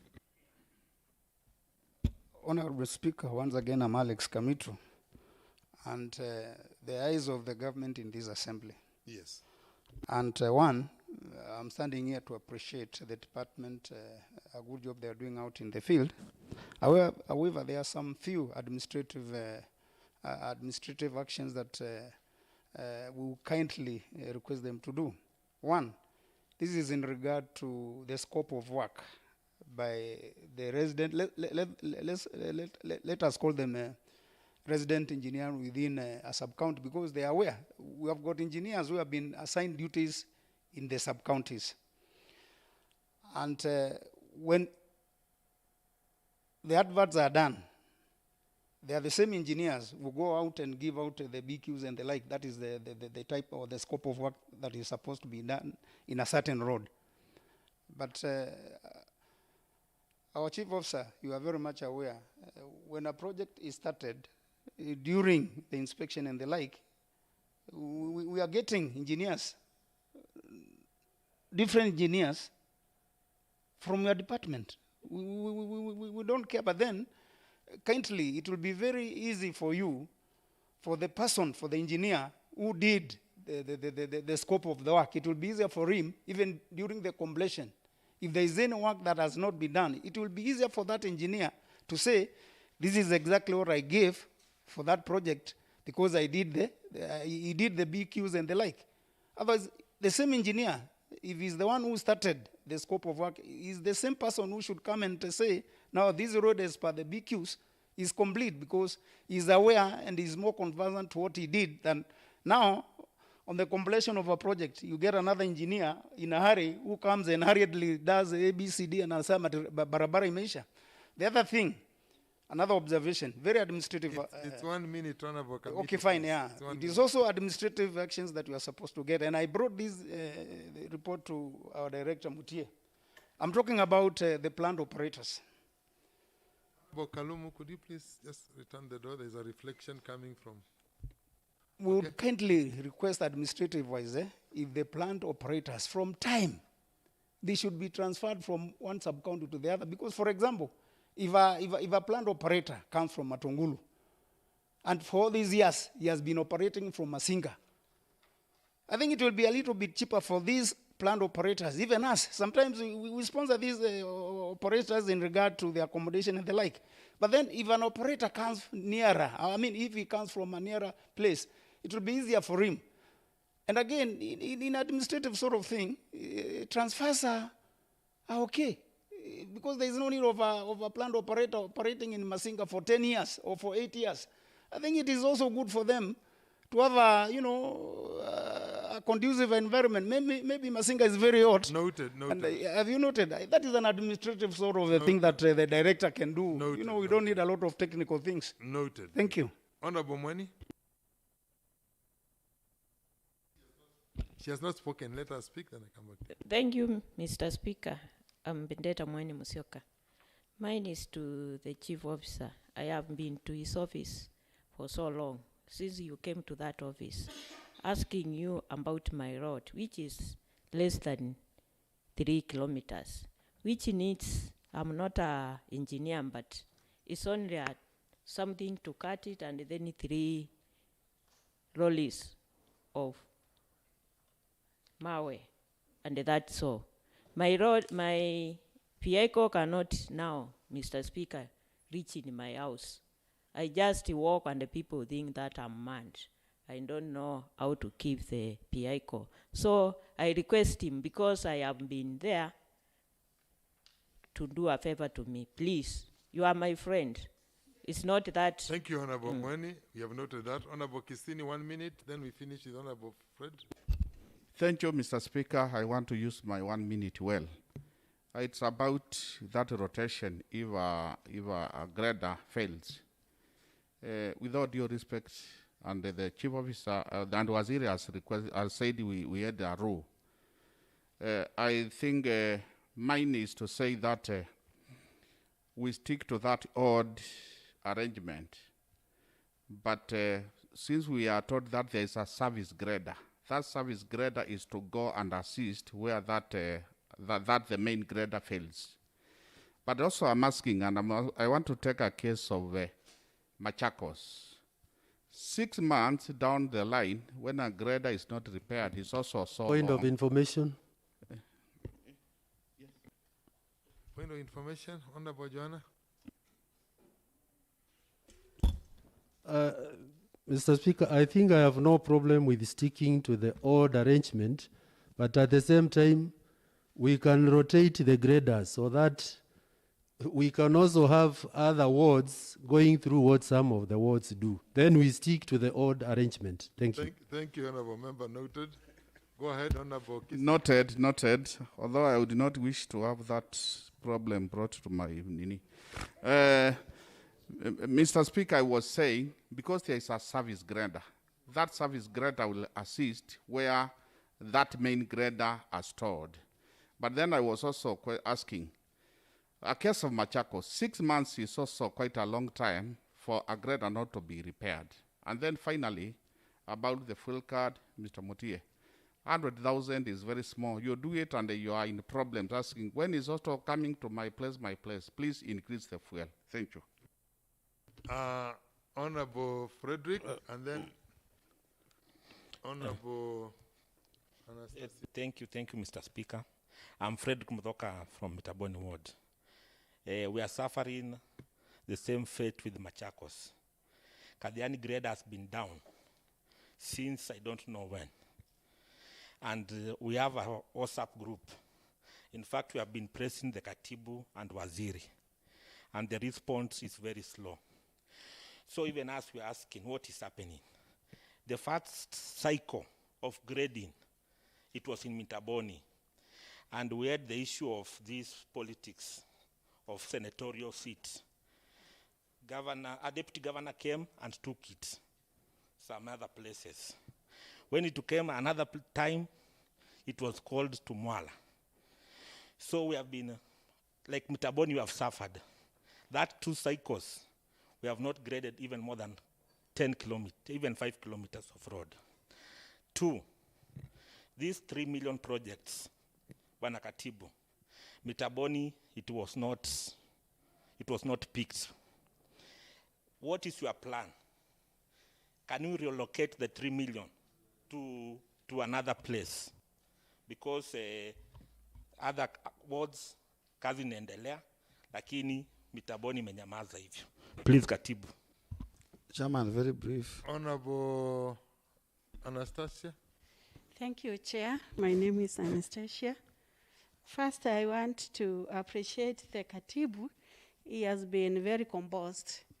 And Honorable Chair, I want to request the Department of Roads. We are due to give the supplementary budget.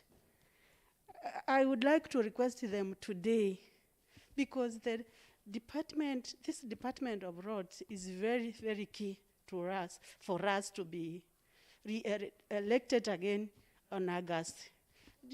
And them assured us that as we are due to give the budget, if they are going to do it the necessary, what we are requested them to do it.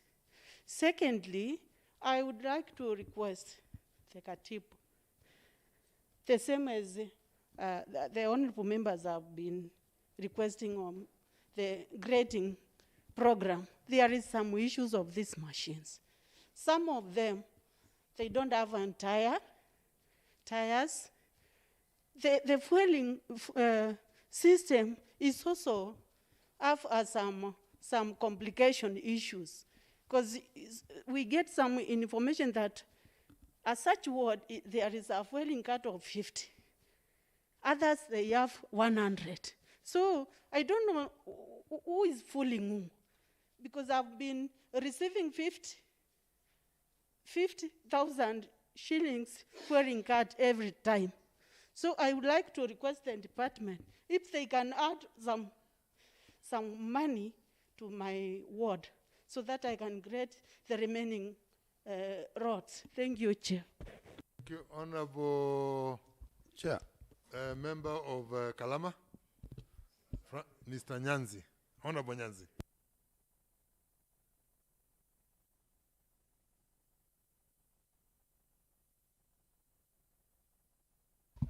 Chair, honorable member is not on mic.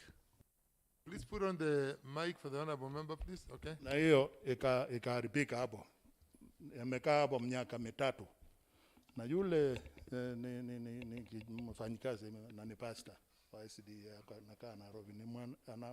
Anauliza kama alikuwa akiuliza kwa muda mrefu sana. Iondolewe hapo ndio ajenge nyumba yake. Na mpaka sasa iko hapo. Sasa yeye ameshindwa atafanya nini? Ya pili, nafikiri niko na chief engineer hapa. Kuna barabara moja ambao inaenda kwa shule moja, iko kwa mbali kama kilomita 2-3. Hiyo imekuwa na shida sana. Watu kuenda pale, hakuna njia ya kuenda pale. Nimekuwa nikiuliza muda mrefu sana. Naweza uliza Katibu, tafadhali kama inaweza kutengenezwa ndio watoto wao wakisaidika elia hiyo. Asante sana. Yes, Honorable Kalumu. Thank you, Mr. Speaker. My name is Francis Kalumu. My problem is that we've got circles of grading roads in Yata sub-county. But, Mr. Speaker, I'm one of the most frustrated MCA in this house. Why am I saying this? When it comes to grading, when the route goes round, when it comes to my time for grading, the grader does not come to my ward. A very big problem. If you go to other wards around me, my neighbors and the same sub-county, you find that everyone has graded his roads a better portion.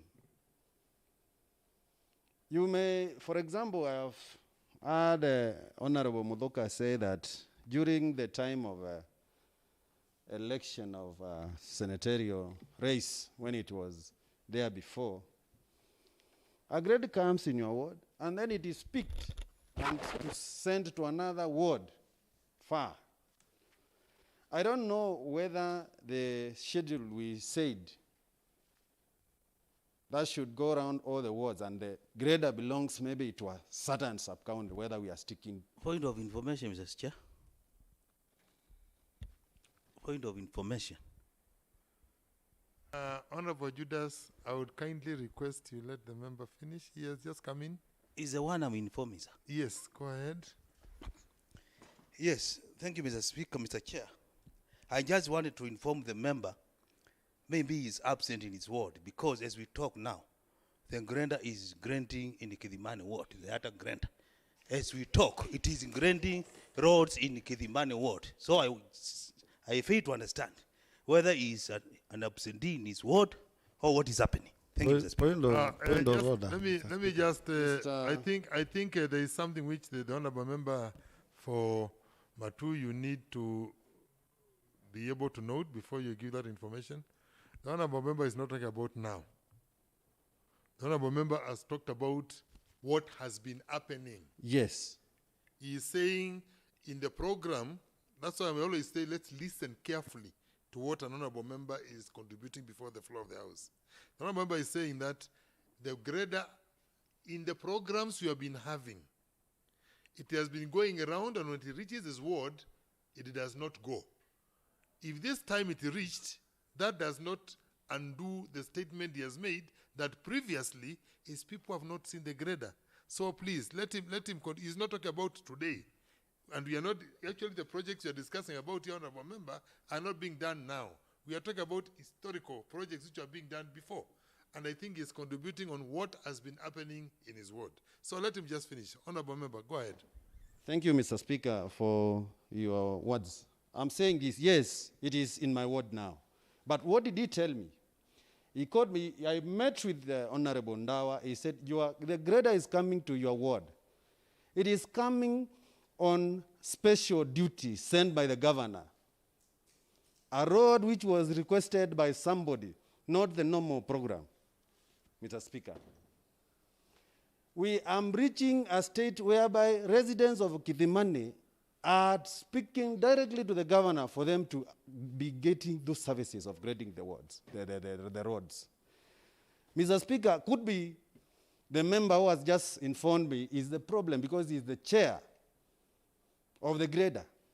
And if you go to his wards, every road, even which is going to his house, is done. And every time when we ask where is the grader, you find out, you wonder if the normal grading schedule is being followed. Could be even the CEO is not the problem, but could be is the problem because he said there's MCS who are government, pro-government, and there are those ones which are not pro-government. That is where the problem is. So we request you to look into that because we are being frustrated by our own people down there. I'm being frustrated. I'm not an absentee. I was there. I'm paying for those who are now in the wards. I can send you messages. I paid for their accommodation yesterday. I have sent lunch them now. You see, Mr. Speaker, these operators, and they lack requisite allowances. They don't have allowances because they stay in Machakos and they work in Yatta. So as an MCA, I have to, because I want those 3 days, which were requested by my resident from the governor. It's not from his office. And he informed me, if I'm lying to this house, let him stand and say I'm lying. Mr. Speaker, I am the most frustrated MCA in this house in terms of roads. Why? Because even fuel, an operator comes, and if you have not paid for his accommodation, he will reach the ward at around 11. And by 3 o'clock, he has closed work because he's coming back to Machakos.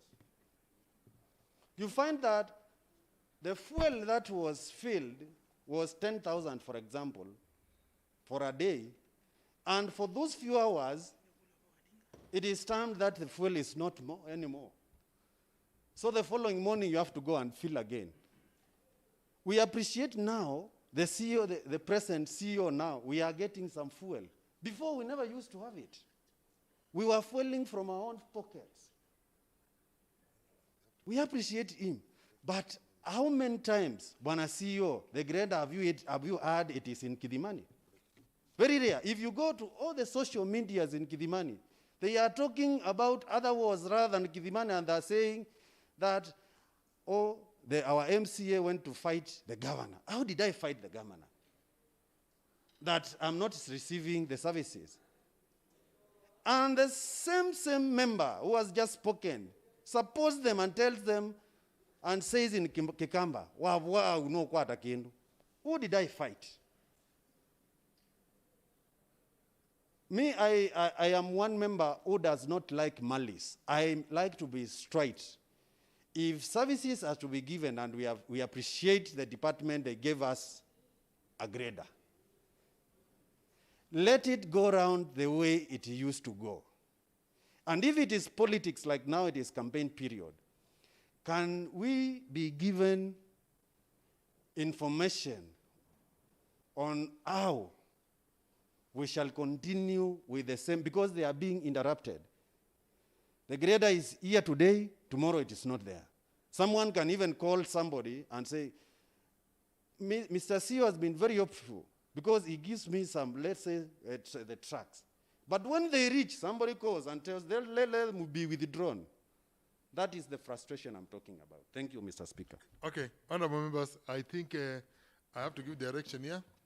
Let the chief officer respond to that. We conclude. There is another team which is supposed to be here on revenue collection. They have already arrived. We need to break for lunch, so that a small lunch break, so we can be able to come back and meet the chief officer for revenue collection. And therefore, let him make his final submission. Then we conclude. I can hear there are very many issues pertaining to this. We will arrange for another time to get a more response on the same from Katibu and Waziri, because I don't think we can be able to accommodate all the issues we have today on the roads. So let him finalize, conclude, and then we will adjourn, go for some quick lunch, and come back and interview the Chief Officer on Revenue Collection. Honorable Kasibu. Thank you very much, Honorable Speaker. I hope we'll also join you for the lunch.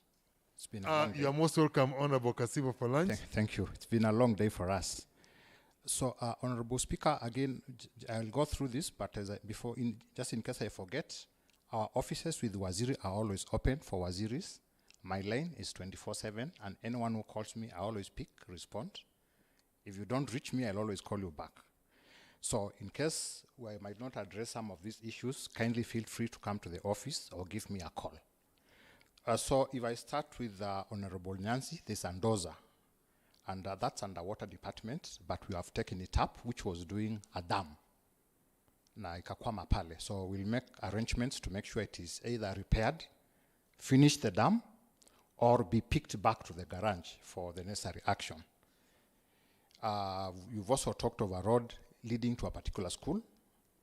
I've picked that up. My engineers noted.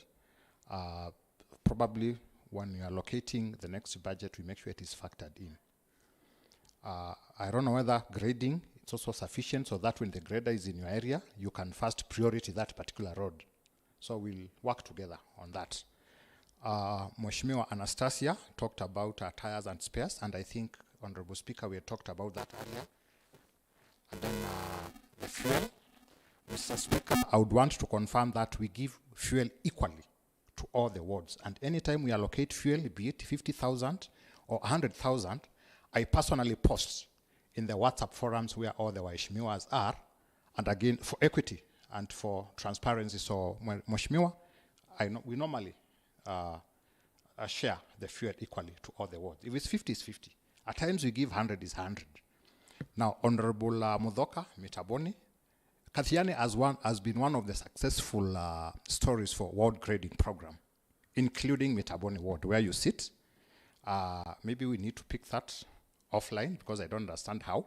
I know the grader has been down for the last few weeks, but Kathiani grader and Athi River have been amongst the most successful graders we have in the county. So, hiyo tutaangalia. Now, you also spoke about the 3 million project, which was non-responsive. I think we talked about that, so I might not need to repeat that, and Honorable Speaker. Mheshimiwa Mweni, we are friends. She started by saying we are friends, and we've not been able to do our roads, and she requested us to do her a favor, which is not right. It's our duty to serve all people, and you've heard after this, please today, let's visit that section and we see what needs to be done. It's our duty to serve, Mheshimiwa, not a favor. Honorable Kamito spoke about the resident engineer who did not supervise the 3 million project. Engineer Kimato has been on leave. Sorry, Molly has been on his annual leave, and we could not stop the project because we had already awarded. So we allocated another engineer to supervise the project, which he did. Engineer Molly is back. Of course, he will take over, but all engineers are equally good on supervision matters. But I hear you. Engineer Kimato is still in Matungulu, Atuja Mutua Pale. It's only that he was on his annual leave. Chair, I think the issue was not the engineer. Yes. Our issue, Waziri, is the operator to our grader. No, those are two things, eh? I'll also answer that. Yes, kindly. Kindly. We have an operator who is near us, and we should not be subjected to that costly item if you allow every now and then. If you allow me. So you talked of two issues about Engineer Moli, right? And of the operator as well. Yeah, you requested me. There's an operator who comes from around Matungulu, and you've been requested if the engineer can be transferred from, I think now is in either Masinga or Yatta. Yes, Onesmus. But unfortunately, the operator has not been willing to come and work there because of reasons well known to him. But again, those are administration issues, which we are going to address after this. But again, remember, when you employ these operators, they can work in any sub-county. But from your request, and the request of Honorable Kamitu, we are going to consider that. Thank you. Chair, the issue is the cost. Maintaining that operator, you have to buy lunch, transport, and where he should spend the night. So thank you. So there has to be a budget of 3,000. Katibu, let me just finish. Let me just say 1 minute. Because those are administrative issues, like the Katibu has said, in as far as where they are. The issue we need to address here, honorable members, really, because I think we are mixing. Staff allocation and staff where they are posted is an administration issue. What we need to be asking is for them to provide allowances for their grader operators to ensure that where they go, they have allowances. We cannot work on, because it's people can be posted across the board. What we need is an assurance from them that when you're doing your budget, you also budget for night out allowances for these grader operators, because if they are working off station, then obviously that person will come out the money, they'll need to get food, they'll need to get transport to go there. So can we be budgeting for those without, instead of reallocating staffing people? Thank you very much, Speaker. I'm well guided on that, and we are, the accountant is here, who is presenting finance. Honorable Ikusia Kaloki.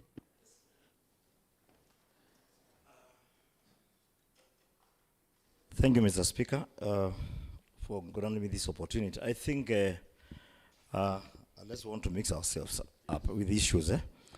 The very first meeting when we were starting this program, if you remember very well, at the town hall, I remember we were requested, once in a while, we can support the operators. And I want to say this without fear. Most of us are the ones who introduced other weird methods of sustaining the operator. They got used to that motivation, kind of. And I remember there was an operator who came from Matungulu. It actually started from Matungulu. He was moved to Gangundo, and we could not sustain because he was used to being given a lot of money. So we need to start correcting that, as Washimi was, as they also start chipping in to see how best they can support their staff. But once in a while, you may find an operator like this one who was sent to my ward the other day, to my area. And completely the guy had no fare to come from wherever he was to my ward. I had to support him with a few hundreds. There's nothing wrong with that. But again, we need also to find a better way of sustaining the operators together with the executive team. Thank you. Thank you, Honorable Member. I think that is quite okay. Well guided. It's important because I'm in the budget committee, and I don't think there's anything which is brought to the budget committee, because even as motivation for them as employees, an allowance for when they are working outside, to cater for those things, would go a long way in even enhancing their morale and their willingness to work. So budget for it, put it there. I don't think it can be big money, and I'm very sure you'll have motivated staff. Sure. Go ahead. Well guided, Honorable Speaker. The finance is well represented here, and we should factor in that. But I would also mention, in case, in the course of working, you go and drink kachai na kakitu kengine na wow, I think it's also fair. That should not, don't think that should come here. It's not an issue. At times, some have local arrangements. Yeah. Some also bribe. Yes. And we know them.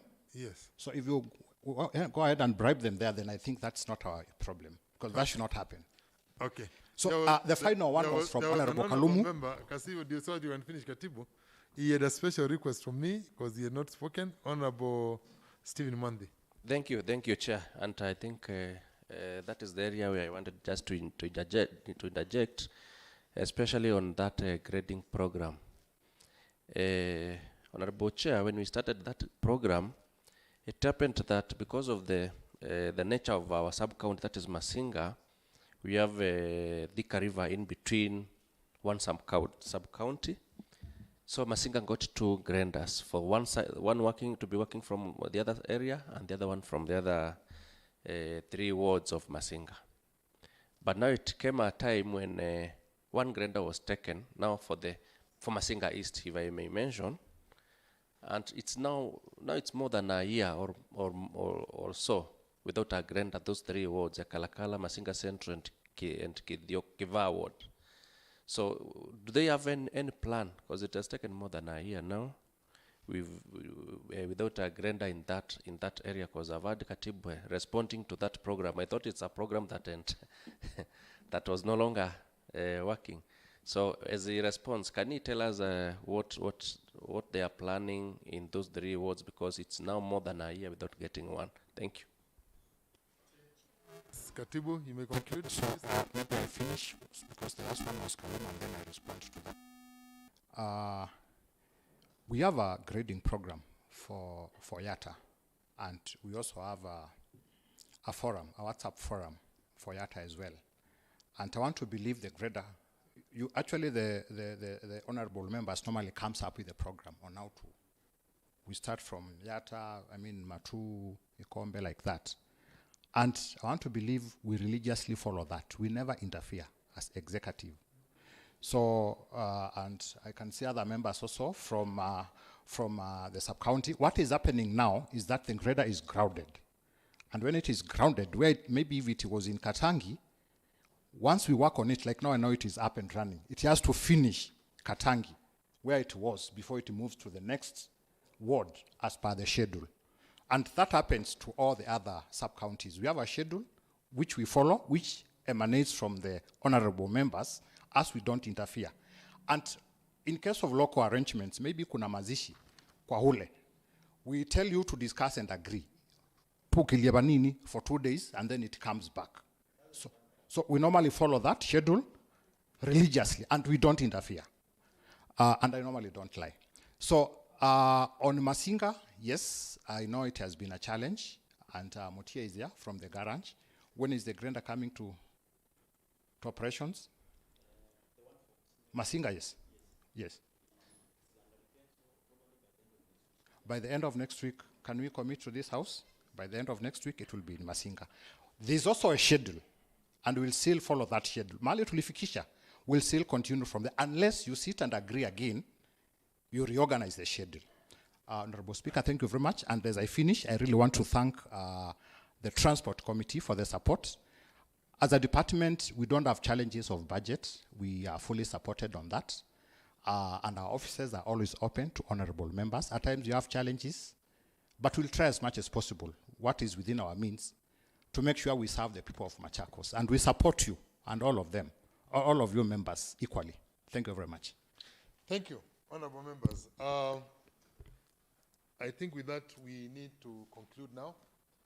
And first of all, again, personally, I would like to thank Waziri, Nakatibu, and your team for gracing us this today to answer on this very emotive issue called transport. Road and transport is one of the key departments which we have as a county. We acknowledge the works we have seen, the improvement we have seen ever since you took office, the two of you. Personally, and the rest of the members, when you look at what was happening before and the changes you have brought to the department, I would like to say congratulations. A lot has been achieved in the last 2 years, which has not been achieved over a very long period of time before.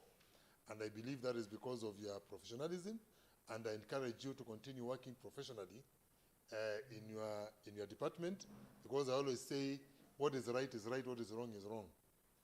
Let us strive to improve on service delivery to our people, and I'm very sure they are going to be able to appreciate. As a house, I know we have never, if there's a department, we always ensure we give budget. As a member of the budget committee, is road and transport. Your department has never lacked in as far as funding is concerned, and we appreciate the prudent use of those resources over the time when you have been in your offices. So, on behalf of the Assembly and the rest of the members, I would like to tell you thank you very much, and may God bless you. We are welcoming you. We will break, honorable members. We are going to break for a short break right now. It's about, and I look at that watch, it's about quarter to 3. Let's go for 30 minutes break. Come back here again at 3:15, so we can be able to interrogate the Chief Officer for Revenue Collection on the other item. And you may join us for lunch, Katibu and Waziri, in our cafeteria. You can be able to share some lunch. Thank you so much, and God bless you all. Asanteni. Thank you.